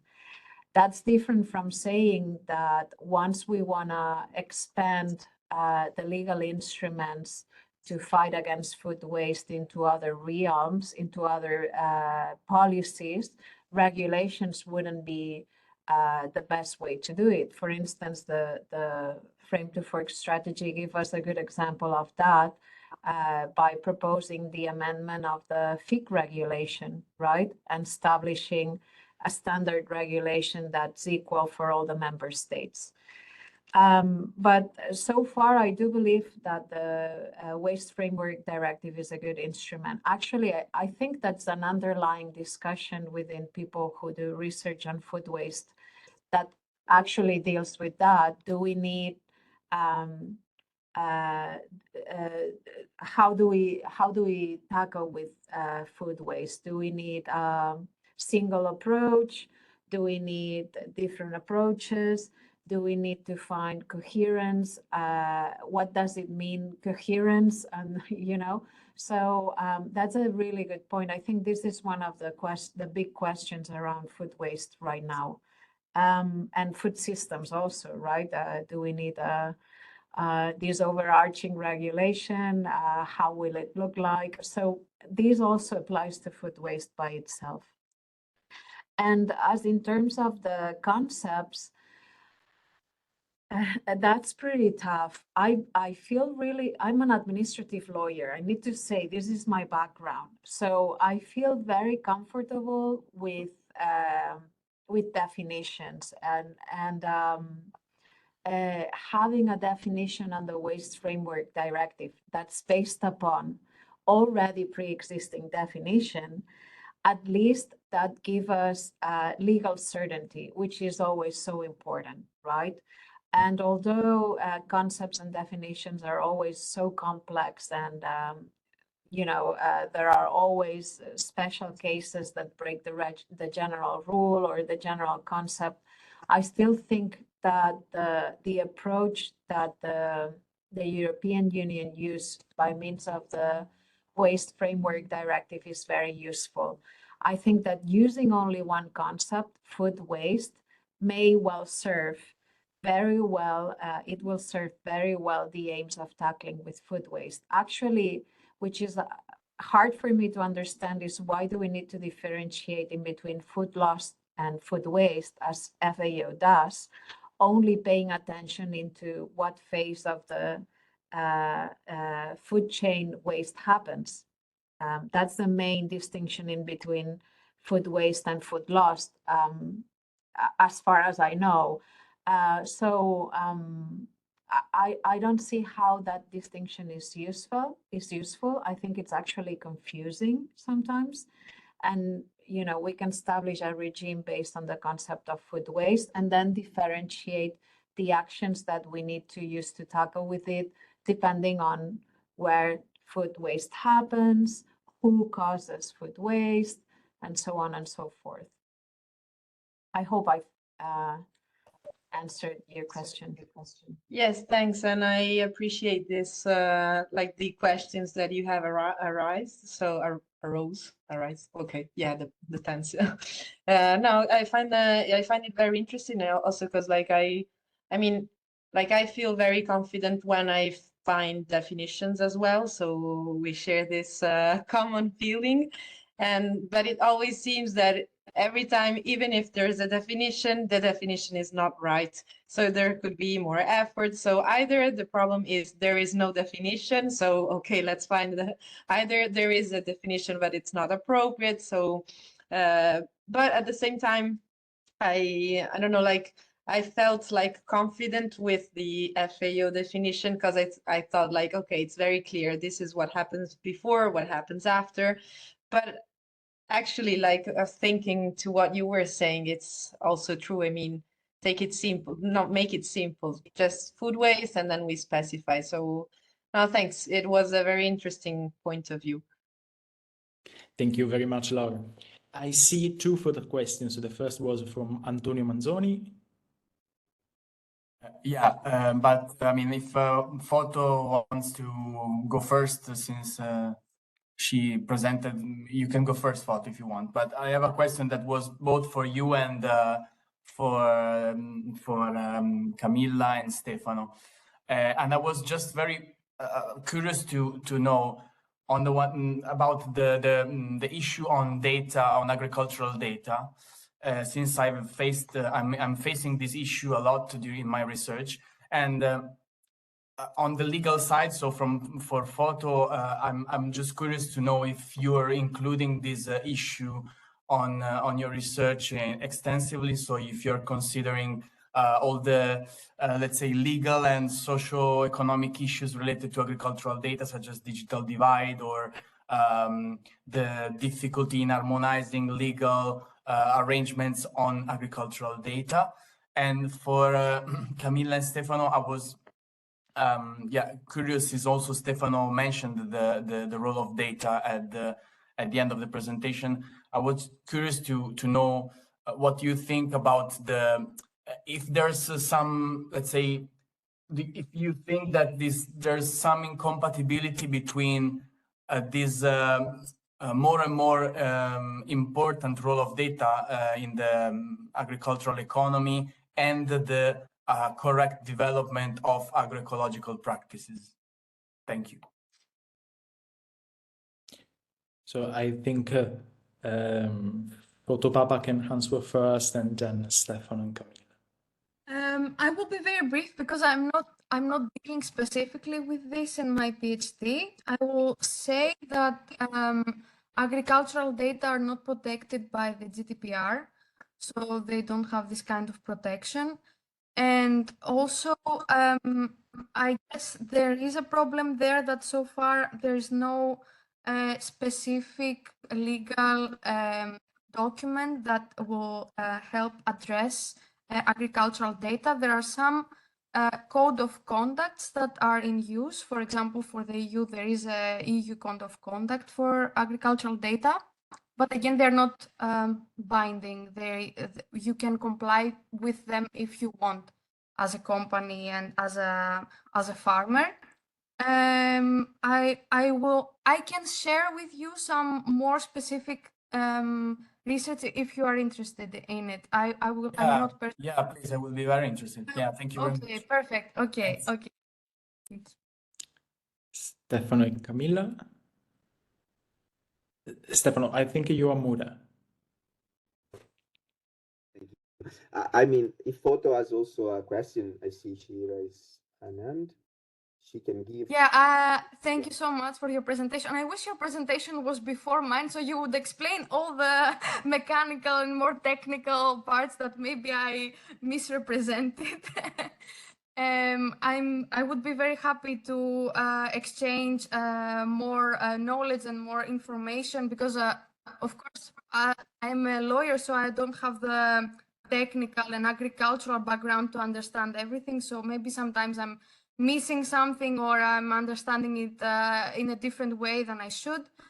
My question was, I'm recently reading more and more about how digital agriculture is presented as a way to help with climate change and to address biodiversity loss, for example, but that there is a problem with the available research that we have, that it is not specifically proven that this will happen, for example, that it is a nice promise and it sounds like it would help, but maybe the percentage, if we look at it, is like 20% difference and not that big of a difference. And since you also mentioned small farmers, and this is like you saw, like one of my main topics of interest is, I see, please correct me if I'm wrong, that on the one hand, there is this trend with more smaller robots, for example, being made to address more agroecological farms or just crop diversity that might exist on a farm. But on the other hand, the large companies are focusing on improving equipment and having even larger equipment than before. So since you know better, could you tell me more about it if you have information about that? What is actually happening and where do you see it going? Thank you so much. Camilla, may I answer? Okay. Look, the two questions are very related to each other. Both data availability as the development of new digital and robotics or whatever kind of new tools are both following some general pattern in the agricultural environment, or better, some different general patterns. There are not just one pattern. One of the main pattern is about reducing the cost in agriculture. So basically reducing the labor cost, that is one of the main one. And so many developer of tools look at this main issue, having more efficient way to do the same thing that the people are doing nowadays, not thinking of a new way of doing agriculture, just doing agriculture as they are doing right now, but spending less money. How? Spending less money. Basically, less labor, so you use a robot that can substitute the guy, or using less money, using less inputs, and so even promote their own activity as environmental friendly or more healthy foods and so on. But the base idea under how they manage the farm is go on in oversimplifying. That is a general trend we had since we had the opportunity combined to have mechanization and synthetic product. That is something that basically spread around agricultural area in Western country, in Italy, for instance, in Europe, after Second World War. So we had a strong change in how agriculture were made, historically speaking, when we had the opportunity to use pesticides and big machinery.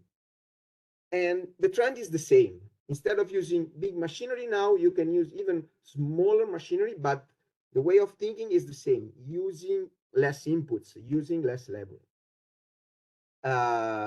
With the capacity to manage the data is more or less similar. There are big companies that are providing automated or 5G interconnected Internet of Things that are grabbing a lot of data with even owning their own data.